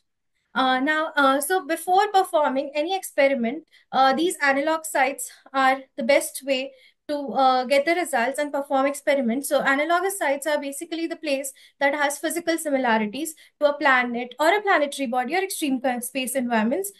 From Moon, there are various kinds of terrestrial analogs, two of which are mentioned, like McMurdo Dry Valley, which is in Antarctica, and Ladakh from India. So McMurdo Dry Valley has a similar conditions of lunar, like it has cold, dry, high UV radiation, and minimal organics. And the microbes that can thrive over there are lithotrophs, cryptoendoliths in the sandstone. And Ladakh, which is considered as the analog for Mars and Moon. So it has a dry, cold, arid desert with abundant rocky ground. It has a vast flatland devoid of vegetation, dunes, and drainage, and segregated ground ice and permafrost and rock glaciers. So the microbial diversity that can be thriving over there are psychrophiles, xerophiles, helophiles, and UV-resistant microbes that can act as a model for the lunar microbial survival. And so one such study was conducted at Mars Desert Research Station, MDRS Utah, USA, and High Seas, that is Hawaii. Here you can see the image of High Seas in Hawaii. So the purpose of the study was to study the microbial survival community dynamics and interaction with the humans in confined extreme. Basically, how the microbial survives in extreme conditions, and does that have any effect does it have any influence by the humans? So the environmental stressors that were tested were for UV and solar radiation that simulate the lunar equatorial exposure, desiccation to that is for the extremely low water availability, temperature extremes because the lunar has day and night cycles, extreme cycles, and closed habitat effect, which can be influenced by the humans and habitat surface. So the key findings were that extremophiles like the Deinococcus radiodurans survived prolonged UV and radiations. The microbes utilize spore formation, DNA repair, and biofilm protection to endure the stresses. And human activity had significantly altered the microbial community composition in closed habitats. So in conclusion, I would like to say that extremophiles from Earth provide powerful models for understanding that how life might survive and function in the harsh environments of Moon. And by studying these unique adaptations, researchers can create a path towards engineering or selecting the strains that are suitable for lunar habitats. So the insights, these can be performed using terrestrial analog sites and space-based experiments that suggest that it can also be used to develop the bioregenerative life support systems, supporting agriculture and sustaining human life beyond Earth. Ongoing projects like MELISA and analog studies show that microbial systems can form the backbone of sustainable lunar life support, and ultimately adapting Earth's microbial toolkit for lunar conditions offers not only practical solutions for survival, but also expands our knowledge for life resilience in the cosmos. These are the references. And lastly, I would like to thank you for listening to me patiently, and special thanks to Dr. Sohanjita and NoRCEL Institute for giving this opportunity.